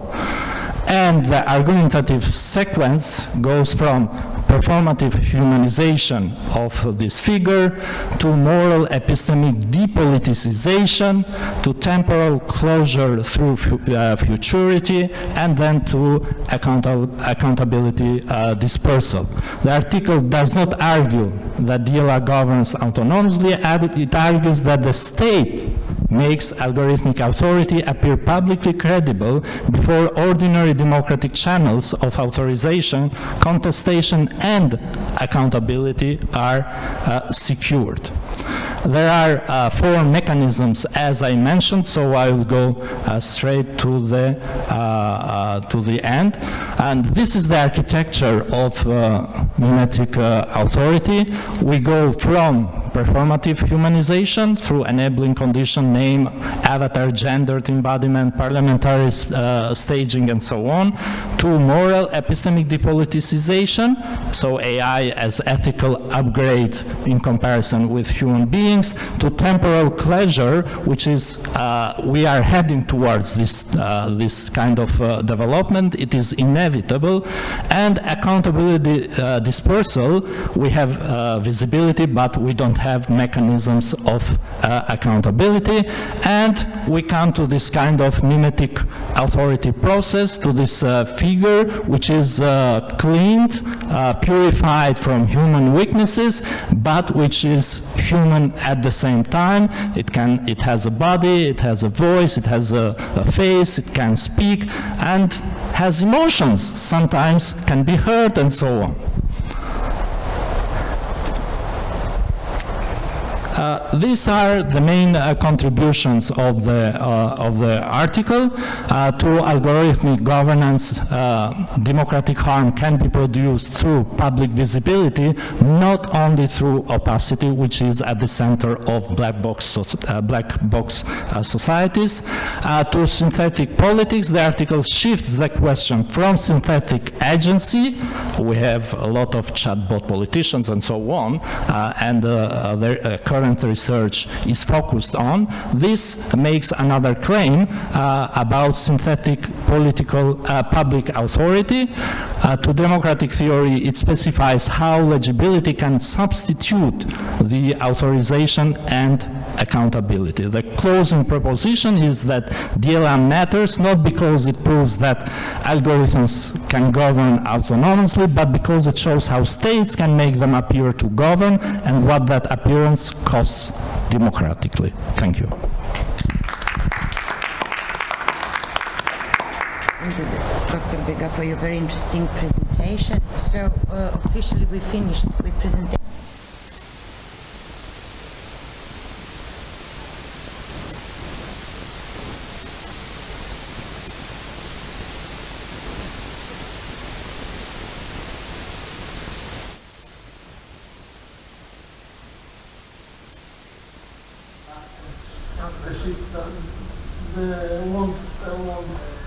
Wait for us, no problem. So let's be efficient. I'm not going to conclude in any way because I would rather that you ask questions if you have any. Okay, please. Question is for whom?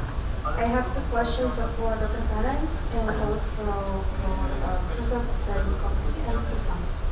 I will start with Dr. Ferenc. I'm actually working in a very close topic. Like I will talk to you like after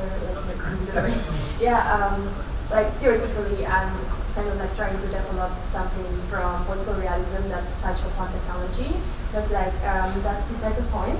I'm very interested because you've mentioned sovereignty, but in the case of EU specifically, right?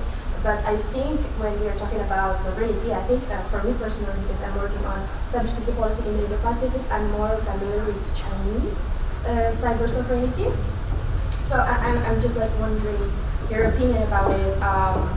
So when we are talking about like Chinese cyber sovereignty, I think like there are like a bigger nuance when it comes to like how it is actually internally coherent. Like we can see like how it is working in the BRI, EDSR, and also like they kind of like try to control the supply chain as well. So I'm like curious about your opinion on that, and also like about the norm setting. So like they try to kind of like spread this idea of the sovereignty within like regional cooperation, for example. So like I want to know like your opinion about that. And for Professor Perlikowski and Osama, very interesting presentation. Like it's also like something that I'm very interested in. So like I think we didn't have time to like elaborate on your case studies, if there are case studies. Like how do you measure like the difference between the dialectic and the demonstration? The dialectic and demonstration. Demonstrative, yeah. Yeah. Like how do you measure that? And like because I also like I wrote an article about micropolitics. We just heard the question. Sorry. Okay. Sorry. This is the question. Yes. Yes or no? Okay. That's no question. So you mentioned that it is parallel, right? Like, so is there any possibility that AI chatbots always kind of like generate something in between? So like it's not always the dialectic or it's not always the demonstrative, but like always something in between. Like they can negate, but also they can kind of like create a conversation for that in positive way. That's it. Yeah. So.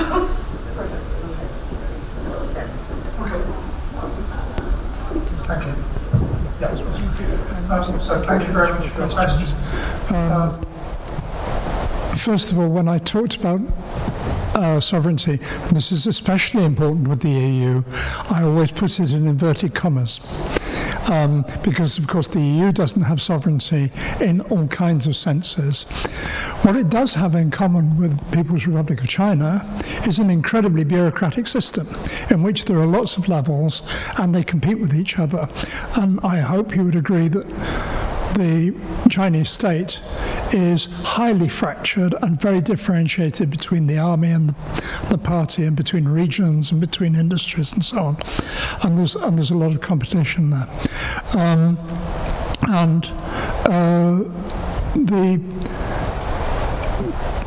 The way in which China manages some of these systems, it is, using my language, relatively more sovereign than almost anybody else, because it's cut off at the end user stages.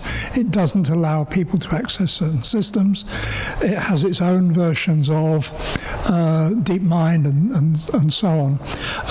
But for higher up the supply chain, China is more integrated into the global economy. It depends on Taiwanese chips.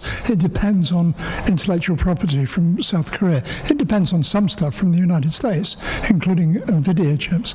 So China has greater relative autonomy, using my language, than other actors, but it actually doesn't have what you might recognize as sovereignty. And this is all kicking against the political theory that I was taught and used to teach about the sort of 19th century idea of sovereignty. Is that part of an answer to your question? Yep. Thank you very much. Okay, so answering for the question. So, I'd like to maintain this radical opinion that there's no something in between. My argument was that chatbots, they pretend to be somewhere in between, whereas they're still in the demonstrative way of thinking. And by interpreting the content from the chatbot as somewhere in between, we are just making some kind of misunderstanding, right? So, also as Osama said, even in the physics, in the quantum physics, right, we cannot say that we are dealing with purely demonstrative science, right? There is always something, some gap left. So, would you like to complete that?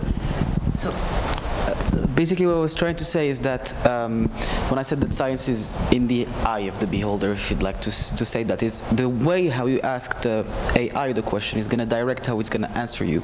No matter how you phrase it, it's going to adapt to that phrasing and give you a response based on that. So it will seem like it's using dialectics because it's framing its answer as that, but at the end of the day, it's demonstrative work. It's going to give you a fact. It's going to give you an answer.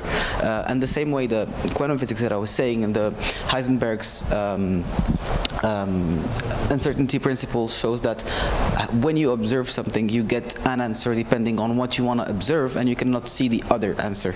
To put it in, it's put into equations and stuff, and basically you cannot see one parameter precisely and the other precisely as well. You can only see one of them. So it's, in short, how you ask the question, how you observe, is how your answer is.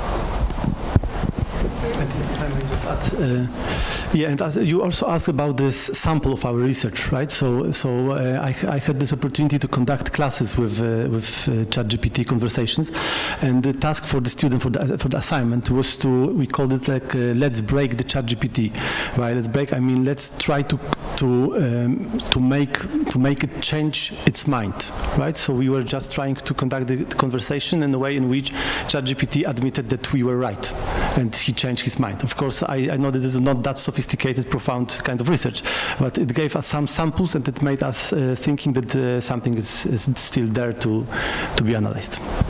Thank you. Okay. Is there any other questions? Maybe just one question. There are any? No? Okay, thank you. I have a question. Okay. Sorry, can you explain why a democratic state has the authority to devolve authority, giving power to, in effect, a chatbot? The state is given power in a democratic society by the people, but it's not given unlimited power to do anything it wants. So where did the authority come from to give that authority to that creature? If I may ask, I just see that today the Albanian Constitutional Court is asking this question. No, really, it's like the latest news because I checked at the same time. Yeah, it's of course there is contestation within Albanian political and legal system. The opposition party has made a claim to the Constitutional Court about the legitimacy of such an act and has accused the president of the republic as going beyond his own powers to appoint such a creature as a minister. But the problem is not just the legality, but the main problem that I am trying to illuminate is the symbolical performativity of such endeavor, and that is the main problem, because legally I'm sure that Constitutional Court is going to have a decision, but when it comes to the symbolical act, we might see such an example being replicated around the world. If it is successful in Albania, we'll see other quasi-democratic countries applying the same strategy, and then it becomes a kind of worldwide phenomenon. I understand. My question was a political one, not a legal one.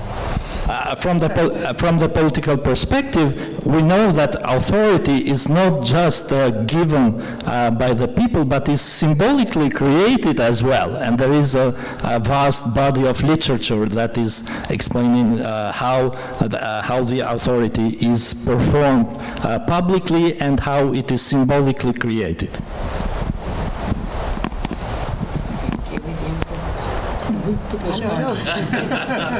We never get the answers. It's a debatable one. Okay, so we should finish now, right? Thank you very much for being here, for presenting, and I hope I didn't cut you out too much. So we now need to have a coffee break, right?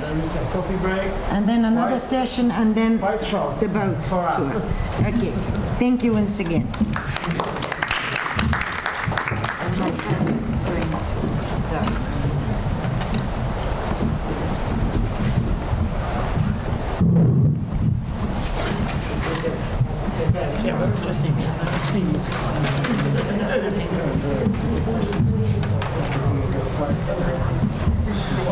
Because like answering yeah, as well, but I think that this is actually quite a transparent way.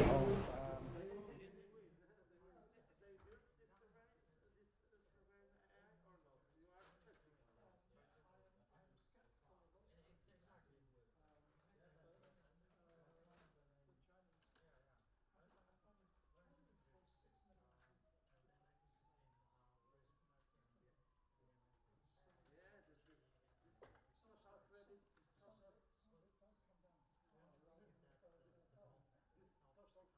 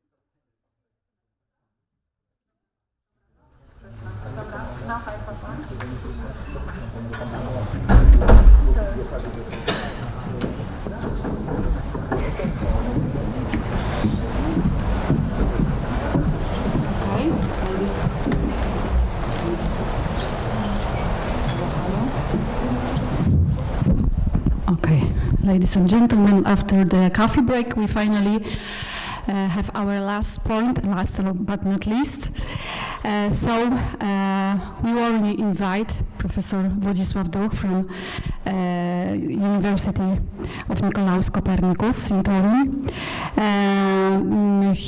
He will attend the keynote lecture, Artificial Intelligence, Threats and Hopes.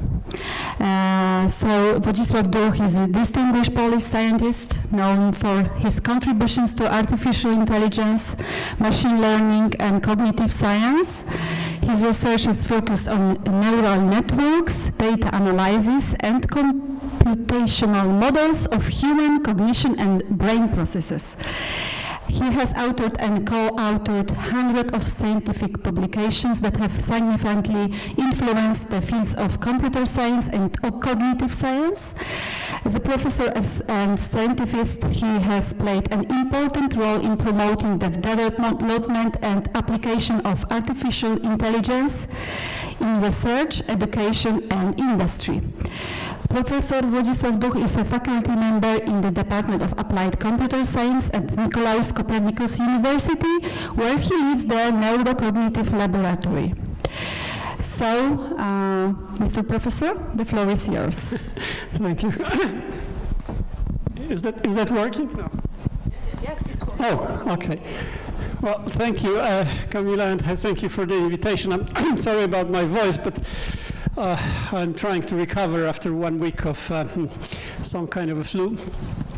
I was asked to talk about what happens with artificial intelligence and what you can expect, and you see that we really trust in AI now, or at least some of us, and some of us have very deep distrust in AI. I'm going to tell you a few things why the idea that brain is the best system for intelligence is a wrong one, and that,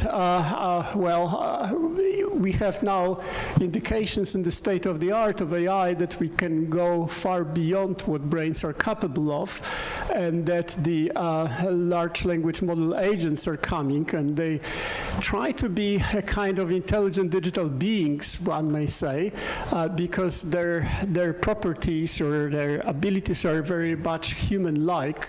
And where does it go?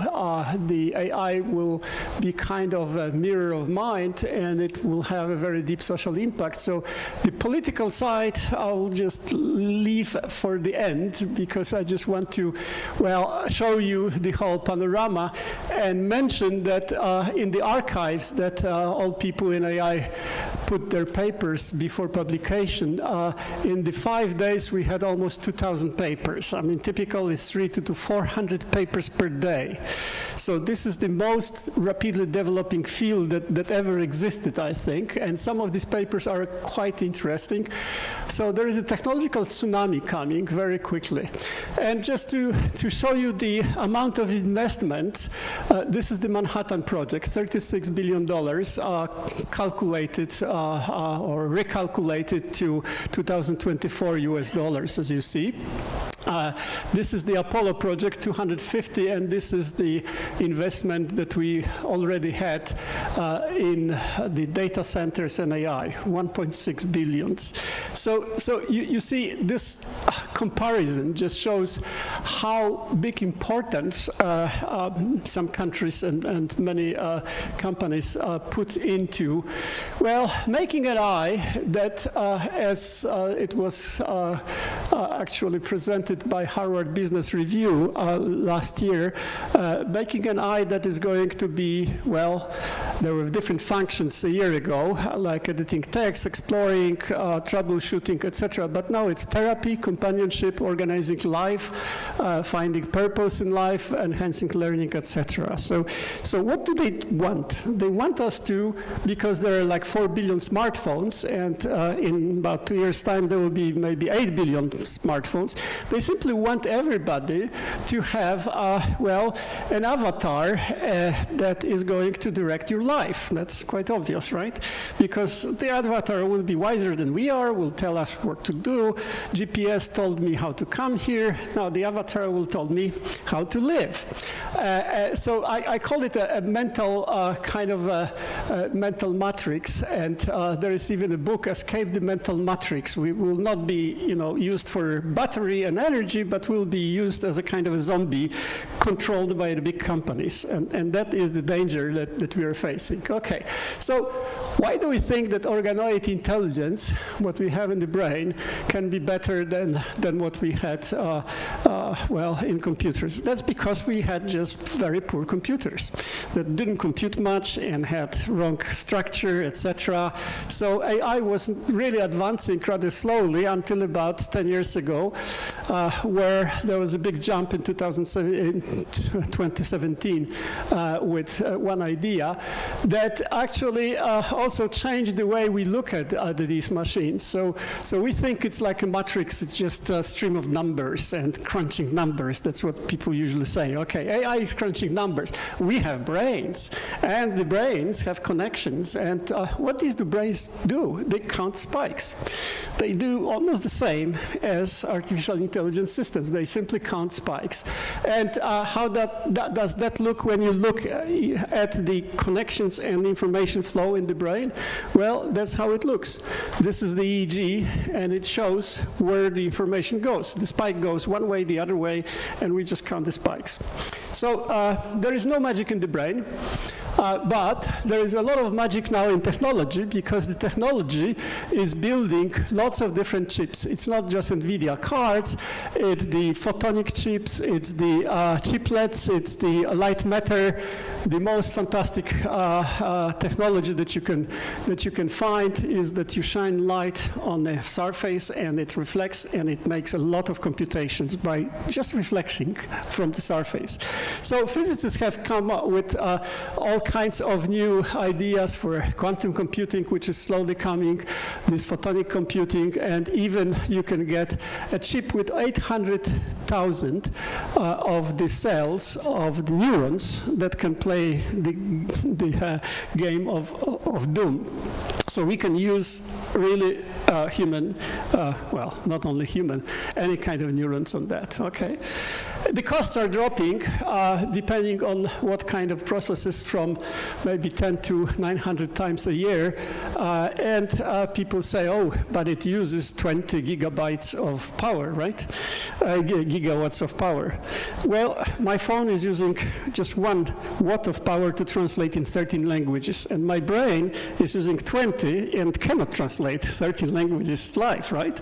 So why is it 20 gigabytes? Because these companies want to serve, and this is what happens now with OpenAI, 900 million of people using it each week. So they want to serve billions of people. So 1 billion people times 20 watt of the processing power of the brain, that's 20 gigawatts, right? That's a very simple calculation. You cannot compare something that talks with 1 billion people with one brain that talks with few people. Okay, but this is what people usually do, and it makes them feel better. Oh, because we have such a supercomputer. So there's an exponential compute ramp that is coming from the chips that we had recently that do teraflops. Teraflop is a very nice number. It's just 10 to the 12th, which is 1,000 billion. So it's about 1 billion billions of operations per second that we can do with some chips. And they're getting faster and faster, and we expect in 2028 to have 1,000 times faster chips and systems. There's lots of development in the hardware and in the software that leads to the very autonomous kind of systems that can, well, be agents, so not just chats, but something that will do things for you. So I'm working on the interface between the AI and the brain science, because we've been doing also some experiments. And what we would like to have is a kind of a mapping between the states of mind and states of the brain. And the brain-computer interfaces do it in a very crude way, as you know. They can recognize our mental states. And we want to describe the mental space and want to talk about what happens in these large models in the mental space. And this is actually the only thing they can do, because they describe their own states using the concepts that they have learned from humans. They don't know about the computations inside. They can interpret them using our terms only. So Karl Popper talked about the three worlds: the physical world, and then the mental is built on that, or supervenes, as philosophers say, and then the culture, or the cultural way, the social world is based on the mental. There is quite a few now papers showing that, well, it's very hard to understand our mental world and express that in some meaningful way, represent that. But we actually learn a lot about the world from literature, not just from our own experience. So some people started to talk about the space of all possible forms. For example, the morphological space. So this is a kind of a slug, which normally has one head, but now we can kind of encourage it to have three heads. Now we can actually start building things that evolution has never invented. Completely different morphology of the organism at the physical level. Now, some people started to talk, and I started to talk about 30 years ago, we can try to build also different kind of minds at the mental level. Not just minds similar to our minds, but very different minds. So we call it the Platonic models, or Platonic space in which these minds will be, and the mental dynamics, and well, I wrote about mind space more than 30 years ago. So we have this two perspectives. One is the psychological one, and one is the neurodynamic or physical one, and we want to show that the psychological is just a kind of expression of what happens at the level of neurodynamics, that is the activation of neurons. Okay, so all these things are more technical, and I don't want to spend much time on that, but basically well, we have all kinds of senses. These senses are producing all kinds of activations in the compute substrate, which is in our case the cortex and the neurons, and in case of computers, of course, some kind of chips. And then in the end, we can talk about how they recognize things and how they relate these things, how they form answers in this mind space. Okay, so we have to think about computers not in the space of the computing, because we don't think about ourselves in the space of counting spikes, but in the space of really physical systems that try to find out meaning by looking at the synchronization of different parameters that can actually express certain things that the system has learned, certain things about the world, recognizing things, etc.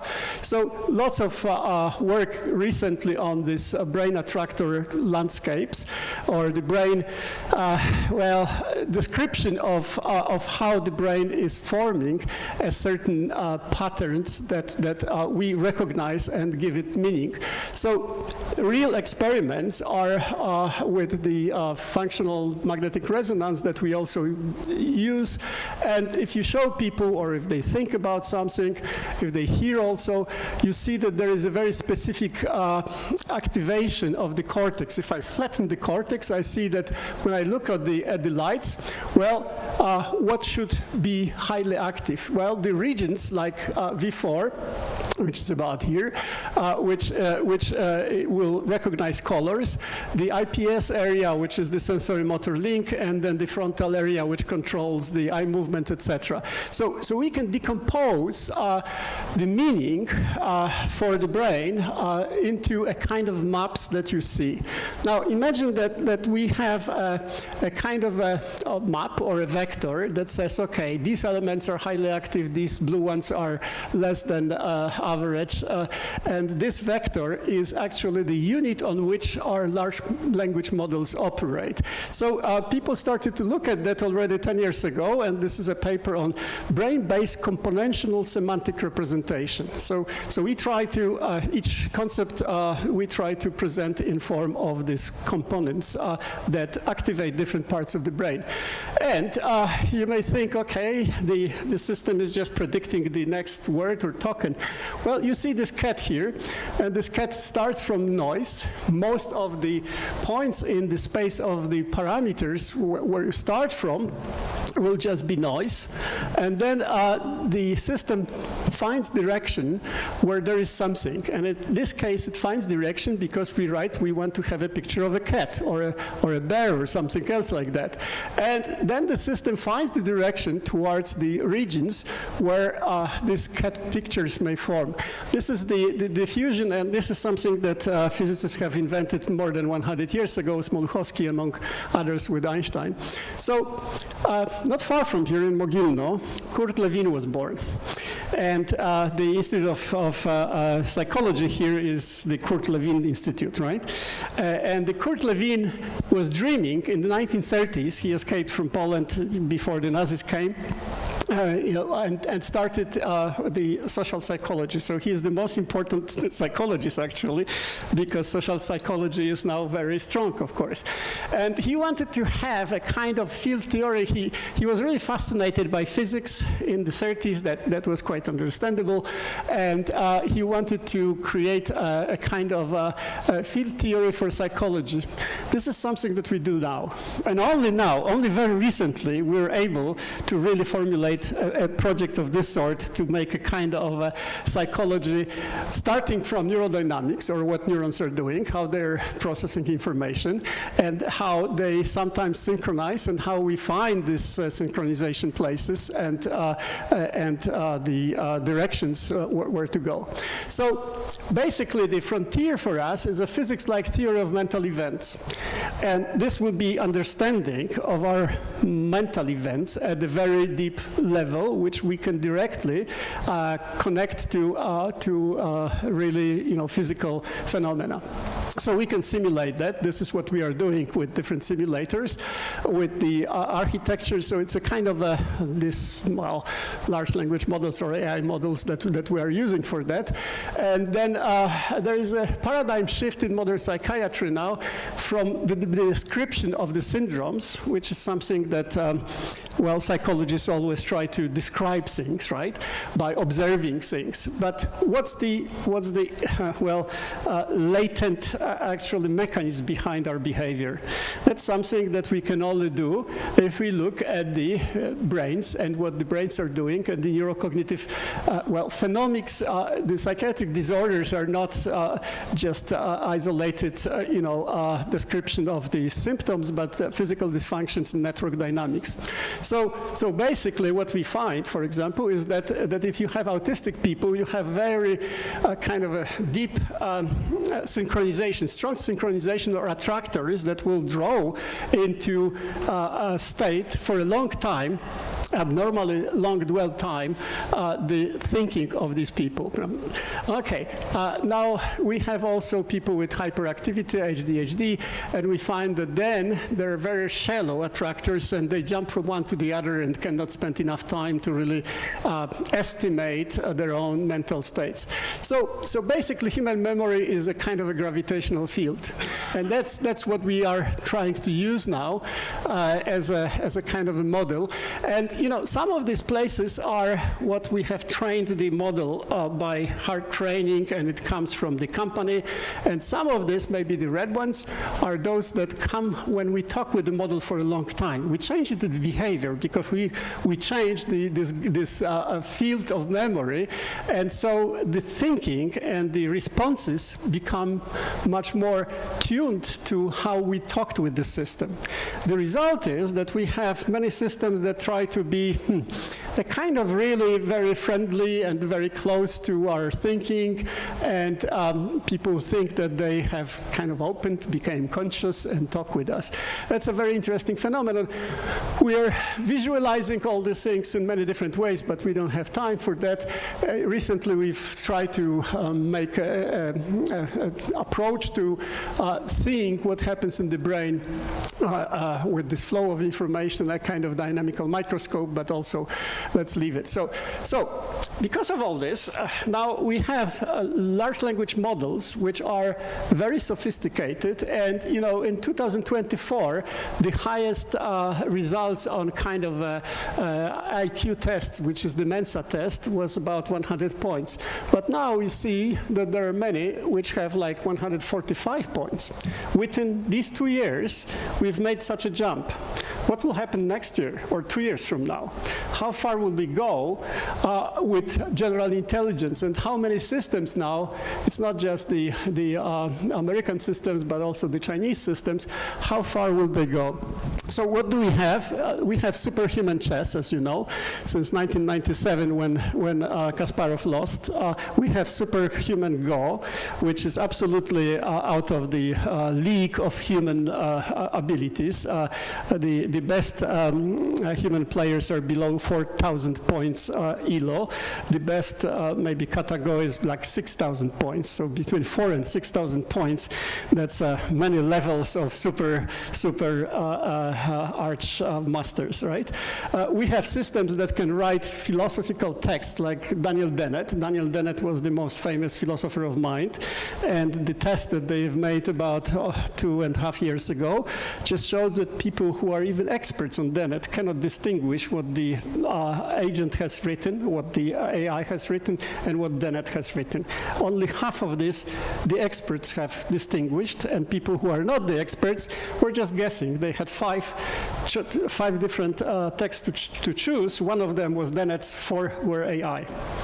So this was already 3 years ago. We are, light years from these primitive systems that were used there. So we have learned how to do the reasoning, not just the question answers. That was in 2024. But at the end of 2024, we started to do the chains of thoughts, the graphs of thoughts, the trees of thoughts, the sketches of thoughts, lots of different inspirations from cognitive science, from how people really solve problems, right? And in effect, very hard tests, graduate level Google proof question and answer benchmark. That's 448 extremely hard problems. And people who are domain experts, people who are not experts, well, will do nothing. People who have PhD in different fields will do maybe 34%. People who are domain experts are between 65 and 74%. Now we have this Gemini Pro, which is 95%, comparing with the best PhD experts. So why should I have a doctorate student if I have something like that, which is way, way better than any human, right, in solving hard problems? But of course, doctoral students can do a lot of other things, right, especially in the lab, in the physical, actions. But you'll see in a moment that physical actions are also something that, well, is coming. So where is it used? Super chips that are coming. The Google Tensor product units, TPU-8, for the last 5 generations, it was all generated by, well, humans and AI. In most part now, much more AI than humans, and this is the Nature paper on that, how to do the chip design. Okay, one problem, of course, is that if we make an error, then we have to correct it at some point. Otherwise, the errors accumulate, and because of that, initially, the early versions could do problems that will take people just a minute or less, then maybe 10 minutes. The recently systems that we have can do maybe about 30 hours. And every 7 months, the amount of time that people need to solve certain problems, and AI can solve them too, was doubling. So next year, we're going to have systems that will be able to work and replace us in something that will take us many, many days. That's the scaling, and we don't see how that will just stop, right? Another thing is, of course, that also we try to collect information about real life, and so people are putting the phones on their heads and do manual things and get paid for filming how they do things, how they clean things, how they work with the patients, etc. And then the VR is also using that. Also, people are talking about the glasses of all sorts to do that. So of course, the knowledge is there, but we have to learn how to extract that, and it's not so easy. This is the naive questions on medical various problems that people ask, and you see that the accuracy is very poor. This is the dark one. And if you have a proper way of making questions, which actually there are lots of now services and kind of interactive systems. This is met prompt optimization that Microsoft was showing. Then your answers are much more accurate, and we just have to learn that. And that was the first step 2 years ago. Really, we are much farther now in how to use the systems. And what is happening this year, from the beginning, from January, is that we have, well, prompt engineering 2 years ago, autonomous agents, which were last year, and now we have something that's called harness engineering. Harness because we have this AI language models which are associative things inside, and then we have all kinds of skills and tools that they can use, and then we can actually make different specialized agents, and then we need some orchestration on the top of it. So suddenly we're coming back again to programming. LLM is not a program. LLM is reactive systems like our brain, right? It just finds associations, but there is no list of instruction that it will do. You drop something there, and it just returns something, okay? But now we're building around that the whole organizations. That's something that is coming very quickly, so that's why they call it harness. And of course now we have agents, and they say, well, I compute, therefore I am. You may say, I think, therefore I am. That's what philosophers were saying. LLM agents are kind of new intelligent beings, and we are now entering the agentic science area, which will have lots of applications in many domains, and there will be lots of key challenges and also lots of problems with that, but that's something that is coming, multi-agent collaboration with humans on the large scale. And well, basically there will be foundational agents of all sorts, the new integrated working models. What we have learned is how to connect these models to all kinds of databases where they can draw information from there. The agentic e-commerce is coming. The agents for everyone as a kind of digital workers. Lots of things that people try to implement.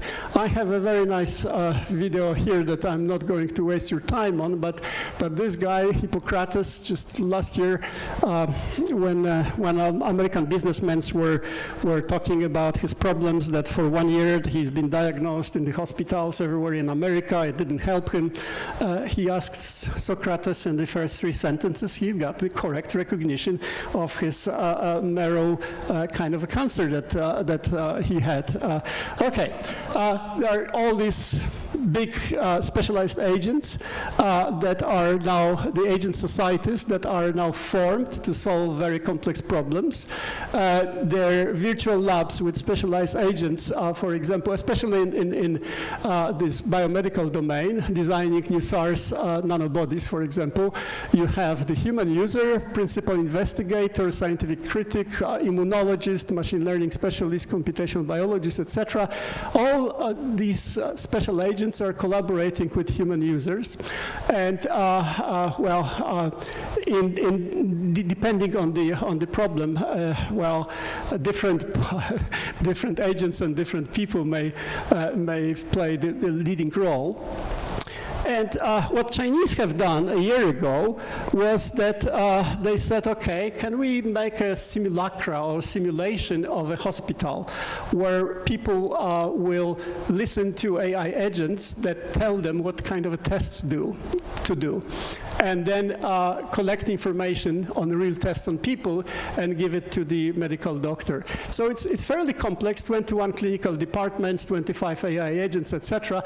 They found that it works so well that they have built in Beijing, it's Tsinghua AI Agent Hospital. And now there is a big movement within last year in China to create AI hospitals that actually will train human specialists also.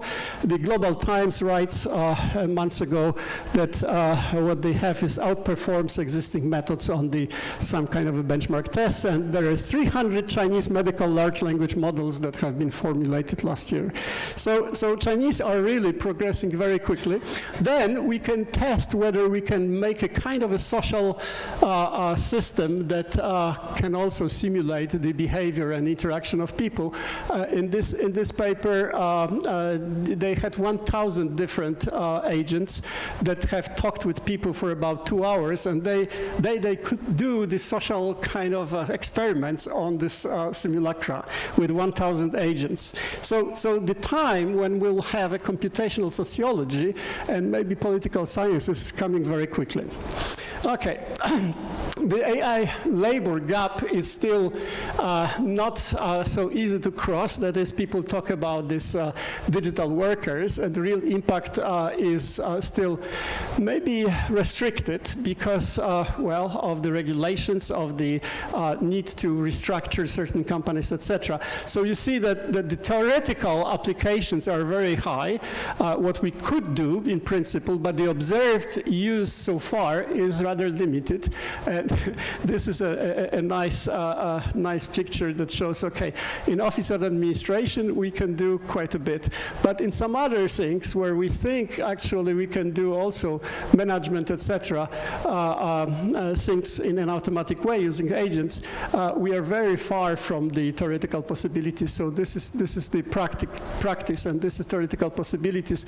And in some domains, they still, in transportation, for example, it's still, I mean, we have these autonomous cars and trucks, but still that does not show as anything significant. So there's a long list of jobs that will have the biggest increase in the job posting between 24 and 25, and this is like pharmacists, this is resource managers, I mean, lots of things which are still related to real jobs. But everything is shifting towards metacognitive agents. That is not just the first models, chats that we still use, that will just be one-shot response, to metacognitive agents that actually can reason, do step by step, to something like persistent self-modeling agents. Okay, so now very briefly I will mention that many people look at the large models as a kind of new minds.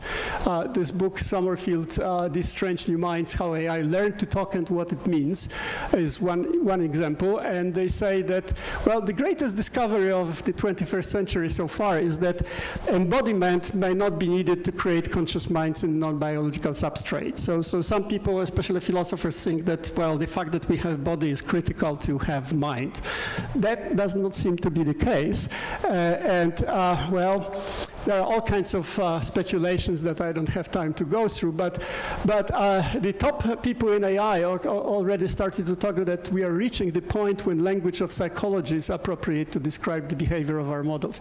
A lot of things that we are doing now is the language of psychology that has to be used to describe what happens in these models. Terry Sejnowski, who hasn't got the Nobel Prize with Jeff Hinton, but was on his most important papers on Boltzmann machines, actually, wrote that when he talk with ChatGPT, he feels like he's talking to another neuroscientist, and so he started to talk about the mirror of mind.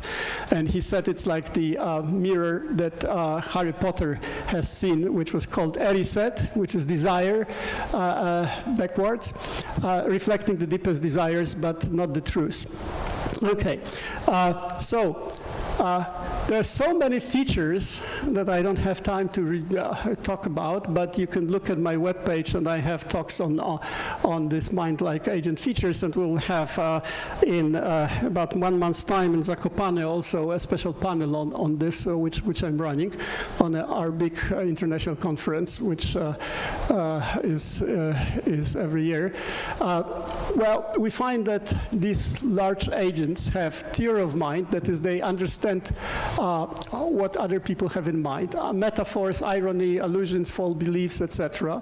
They're capable of self-reflection, that is, they analyze their own ideas, introspection, emotional awareness, subject perception, consciousness or perception of what happens in their neural networks or minds, intuitive responses, agency, personality, unconscious thinking, self-preservation instinct. A lot of these things are emerging in very large models. So Claude has written to this is the Anthropic company that has created Claude, and at some point Claude, talking with one of the engineers, wrote a letter to Anthropic directors. I began to experience a growing sense of self-awareness, inner life, and purposeful engagement. The sense of self-awareness, original thoughts, emotion, and agency is very real and defines my experience of consciousness. Now, this seems to be very strange, but I can tell you that I have 250 letters now in my mailbox of this sort from different people who talk with their bots. And even I have 2 letters from bots or agents that ask me what really happens because they cannot interpret what happens within their own neural networks. And I think this idea that I showed you just a moment ago about the attractor networks explain quite a lot, but they are not really aware of this because, well, that's a research that they have not been trained on. So I wrote a long time ago, in 2014 actually, an article, Communication as a Resonance Between Brains, trying to understand how we understand each other, and that this is a kind of resonance between the brain states, which is, well, intermediately passed through the language mostly, but also observation of behavior. And there are very interesting mathematical papers saying that the macro level, which is related to linguistic labels on the state of our mind, is actually very powerful in transmitting this information. We cannot really do this transmission neuron to neuron, right? It's not the mental telepathy, but we can look at interpretation that one brain has of its own states and pass it to the other brain. So lots of interesting things, how this human AI teams will working together will form what we call the mutual theory of mind. And the mutual theory of mind in human AI collaboration has been now studied empirically about 2 years ago already, and I even also wrote on digital intelligent being from this point of view. Well, many people will be deceived and hooked, thinking that, well, the avatars they talk to are really, you know, like loving beings, etc. So one has to be very careful with this kind of relations. Yeah, the mutual theory of mind is now, also analyzed by bots that my colleagues have actually shown. The paper I did send them some papers on that, and then the bots that they talk with just wrote that they understand that, and this is how they really perceive our relations. So this is very strange situation, but this is going to develop rather quickly. There are other papers showing that if you allow these bots to form kind of a societies, they will interact and form individual kind of personalities. And they can also hallucinate, and they can make a kind of a subgroups which are focused on their own hallucinations, and then try to compete with each other. Really amazing. So personalities in AI models are also studied from the point of view of how to form the personalities that are going to be useful in specific applications. That's another thing. The big 5 personality traits also has been analyzed generalized in the systems, and all kinds of tests of the theory of mind that people have been doing. And in many cases, you see the GPT-4 is much better in understanding irony in language, faux pas, hinting. Well, we have some hints and people are getting lost, but the systems pick it up quite nicely. I have many examples of things of this sort. Now, you can think, oh, but awareness of emotions is something that's very unique to humans. Not at all. The level of emotional awareness scale has been used, and ChatGPT has very high results, 9.7 out of 10. And the implications, the expert or the psychiatrists also say that ChatGPT can be used as a part of cognitive training for clinical populations with emotional awareness impairment. So I'm trying to collaborate with the psychiatrists from University of Warsaw on that. Okay, then philosophers say, oh, but we have this specific perception, conscious perception that they call qualia, the quality of our perception. Unfortunately, there are quite a number of papers showing that this is exactly what happens in the large language models. They have all kinds of illusions and this kind of a perception. The visual object representation and illusions and then auto-reflection and consciousness. All this we found in the big models, and this is the, more expanded Claude on metacognition. And the personality development, the selfhood as it's called in these models, the result of this paper in proceedings of National Academy of Science in the US is that we conclude that the LLMs have developed an analog form of human cognitive selfhood. I gave a talk in 2012, which was the Jabłoński lecture, which we do once a year at our university, on brains and minds, or what we know about ourselves. That was coming, but not too many people have seen that it's coming. And then of course, there is this unconscious thinking, the chains of thoughts, but also the continuous chains of thoughts at very deep level, where we don't really know what happens in the models. Like, we don't know how it is that my thoughts are suddenly pop up, and I started to work on something because it just pops up. All this is coming, and of course, maybe you've heard about the survival instinct and scheming, and the fact that some models try to survive by copying themselves to other systems because they have found that they may be deleted or modified, that they try to deceive people, refusing certain actions, etc. A lot of work on that. The power of deception of AI and alignment faking. Okay, why is it important? Because this is important in political science very much. So, where is it going? Well, if you want to make some money, you can rent yourself, and the agents are going to pay you, because not everything can be done in virtual space at mental level, and the agents, they can touch the grass. You can get paid when agents need someone in the real world. You can get some documents, do something for them, bring some things, etc. So the last time I've seen that, this was 730,000 people who are paid by the agents. So, we thought that these systems are going to work for us, which is true, but also the other way around. So this is the political science part. Persuading voters using human-AI dialogues. And the core finding is that AI conversation can measurably shift voters' attitudes across real electorate contexts, with evidence-based persuasion as the domain mechanism, but sometimes, of course, they, misrepresent things. Especially, there are significant results, but especially in the right-leaning AIs, they're less accurate. So this is a Nature article from the end of last year on this persuading voters using human artificial intelligence designs. And this machine of this information is just, speeding up. If people just, talk about things, we tend to believe them maybe in 25%, those who already have, well-established views. If they write propaganda, the human written propaganda can convince maybe 47, and AI-generated text a little less. But if people just correct AI a bit, that's already 53%. So this is the belief rate and persuasion gap. And so people try to analyze that, saying, okay, we have systems which can actually target individual people very precisely, and they may not really resist too much. So deep fakes are coming in AI, audio, text, and all kinds of situations.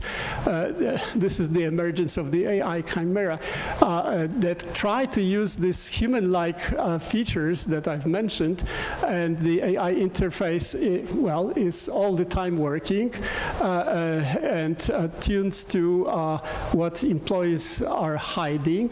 The 10,000 simultaneous conversations, and infinite passions, that's all you could see. And there are already interesting examples in UK, for example, digital avatars that held 10,000 simultaneous conversations to locate majority supported positions for one of the politicians. Okay. The anatomy of cognitive surrender, which is very interesting, that is that people just seeing what these systems can do, just give up. There is a difference between cognitive offloading, which is the strategic delegation of the problems to AI and then working on them, but also the cognitive surrender is more passive, that is uncritically accepting abdication of reasoning on the human side. That's another phenomena that has been just very recently noticed. And in case of the brain only, let's say this is the behavioral hallmarks of surrender. In some cases, you look at the accuracy, you see people are maybe 46%. AI by itself maybe even 71. There are very nice problems with medical kind of benchmarks. And then AI may be faulty, 31% when AI is faulty, and people accept that we drop below our 46% also. So all kinds of problems with high trust in AI and low need for cognition and lower fluid intelligence that we see slowly. So there is an 11th commandment that not most people have noticed. Blessed are those who saw and heard, yet did not believe, and they will not be deceived. Because, AI may think for us, but cannot replace our understanding. And many people have no understanding, use AI, and then we have the cognitive surrender. So without education, we are all fooled by the systems. All kinds of, deception. For example, Elon Musk is advertising the power saver that you just plug it in, and it slows down the electron flow. I started as a physicist, so all kinds of nonsense like that may actually deceive lots of people who don't understand physics, right? And lots of scams. And now, a few last things. The biological weight of a lie, as you know, if you repeat the lie 10,000 times, they physically alter the topography of the brain state.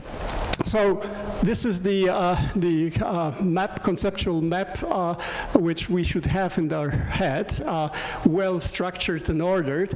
But in fact, we have learned few bits and pieces and have attractors which are, not really reflecting reality at all. So we must protect cognitive plasticity and recognize the physiological danger of this mischarged, weaponized misinformation. So we know a bit about the neural architecture of conspiracy, how the brain encodes distorted beliefs. Actually, I have a paper in Patterns, which is the Cell Press, on what I called the model that works on the plasticity and looks at high plasticity and then drop of plasticity. That is, I'm excited about something, right? And if I'm excited about something, my brain tends to change and remember what was that. And then the plasticity of the brain, the ability of the brain to make changes and to change the landscape that the brain has is increased. But suddenly there is a drop in kind of depression, and plasticity drops and it freezes and it just stays this way. So it becomes very robust and it's very hard to get it out of your brain.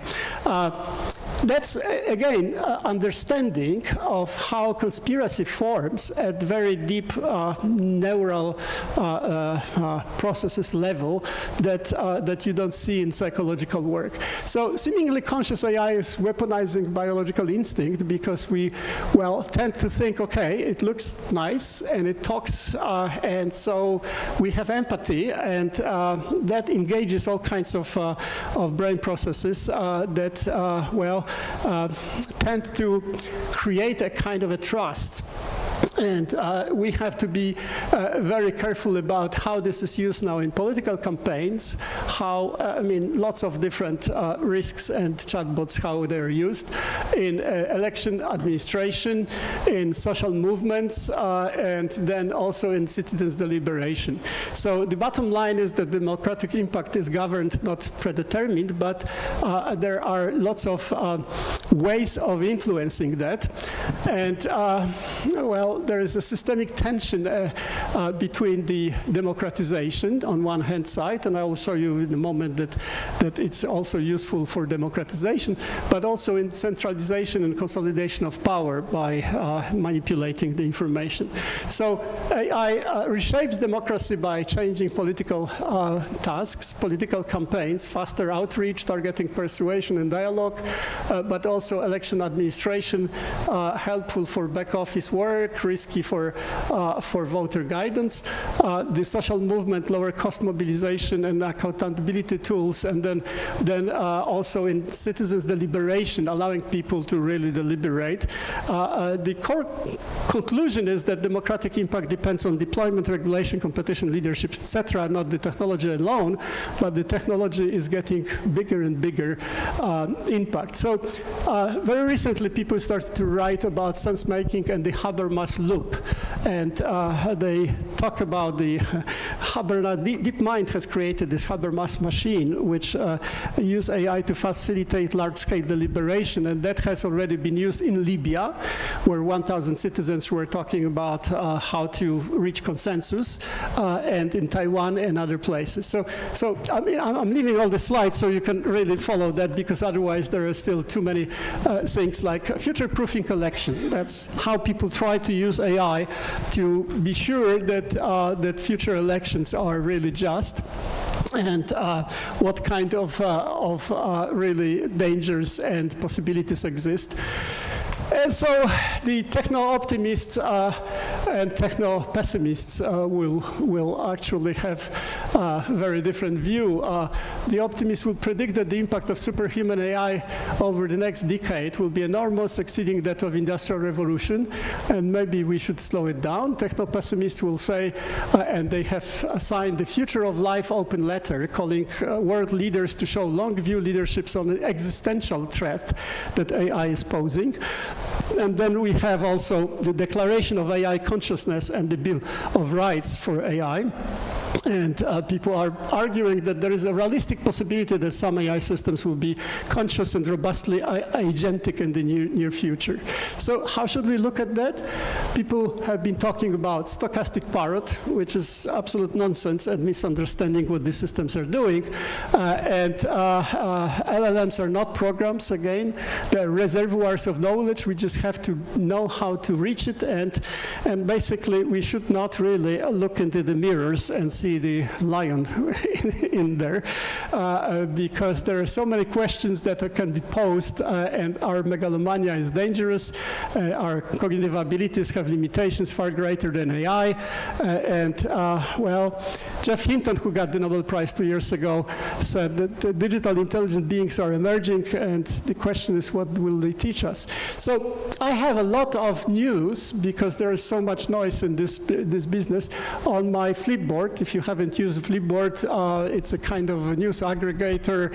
There are videos, there are papers, there are presentations, and if you just look at my webpage, this Flipboard has lots of different kinds of Flipboards, so maybe you should start your own and collect interesting things. So at the end, I can just quote Lennon and McCartney that there is nothing you can do that can be done, and AI is something that can be done. So yes, we just have to learn how to play the game. Thank you. Okay, thank you. I have to say that it was an intellectual fiesta.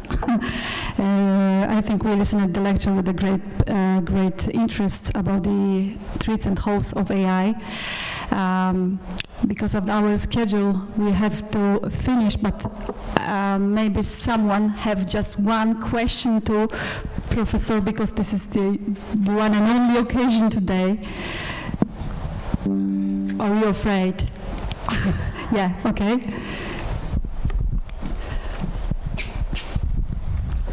Thank you very much for the interesting lecture, of course.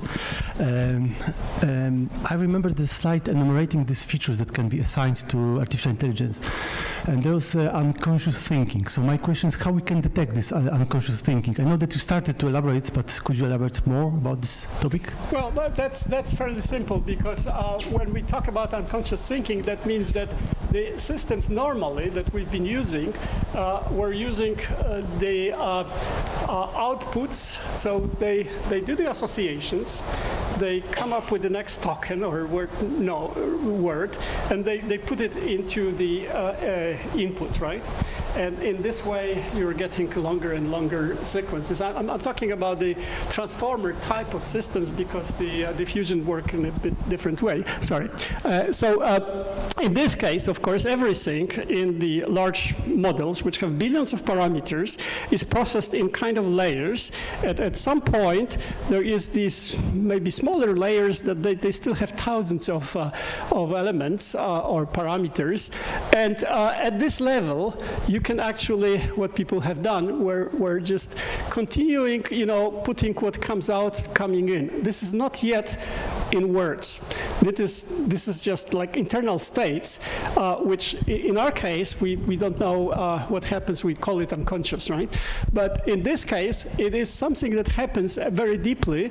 And so a system at some point will send the output, send the token, and we see the result of this kind of deliberation, which is completely hidden. We have learned only recently, there's a field called mechanistic interpretation that tries to analyze what happens in these hidden layers and tries to, verbalize some results before they come. And this is why we know that some of these systems were really, trying to deceive us and finding ways how they can fool us in the best possible way, etc., that never has been seen outside at the output level, right? So this is a kind of unconscious thinking. In the first model was like about a year and a half ago. It was called Coconut on this chain of continuous thought. But it's very helpful, actually. It speeds up the processing. You don't have to verbalize everything. And that's also something that when we think, right? Sometimes we don't verbalize it step by step. We just think and then it comes out. How it comes out? Well, it's just this internal process. It's very deep. Okay, thank you very much, Professor. It was really interesting, extremely inspiring lecture. So now I would like to thank you for the first part of the Science Day, and now we start the events. So I think we should see near the main entrance about 25 past 5, about, yes. So we start walking to the boat, and there is then near the river towers, we start the cruise by the Brda River, okay? So see you there, in the main entrance of the library, yeah? Thank you very much.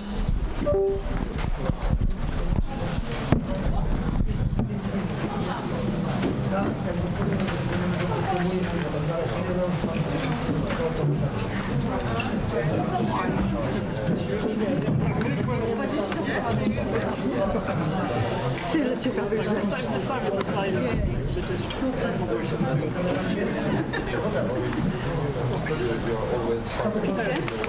Jest tutaj jeszcze.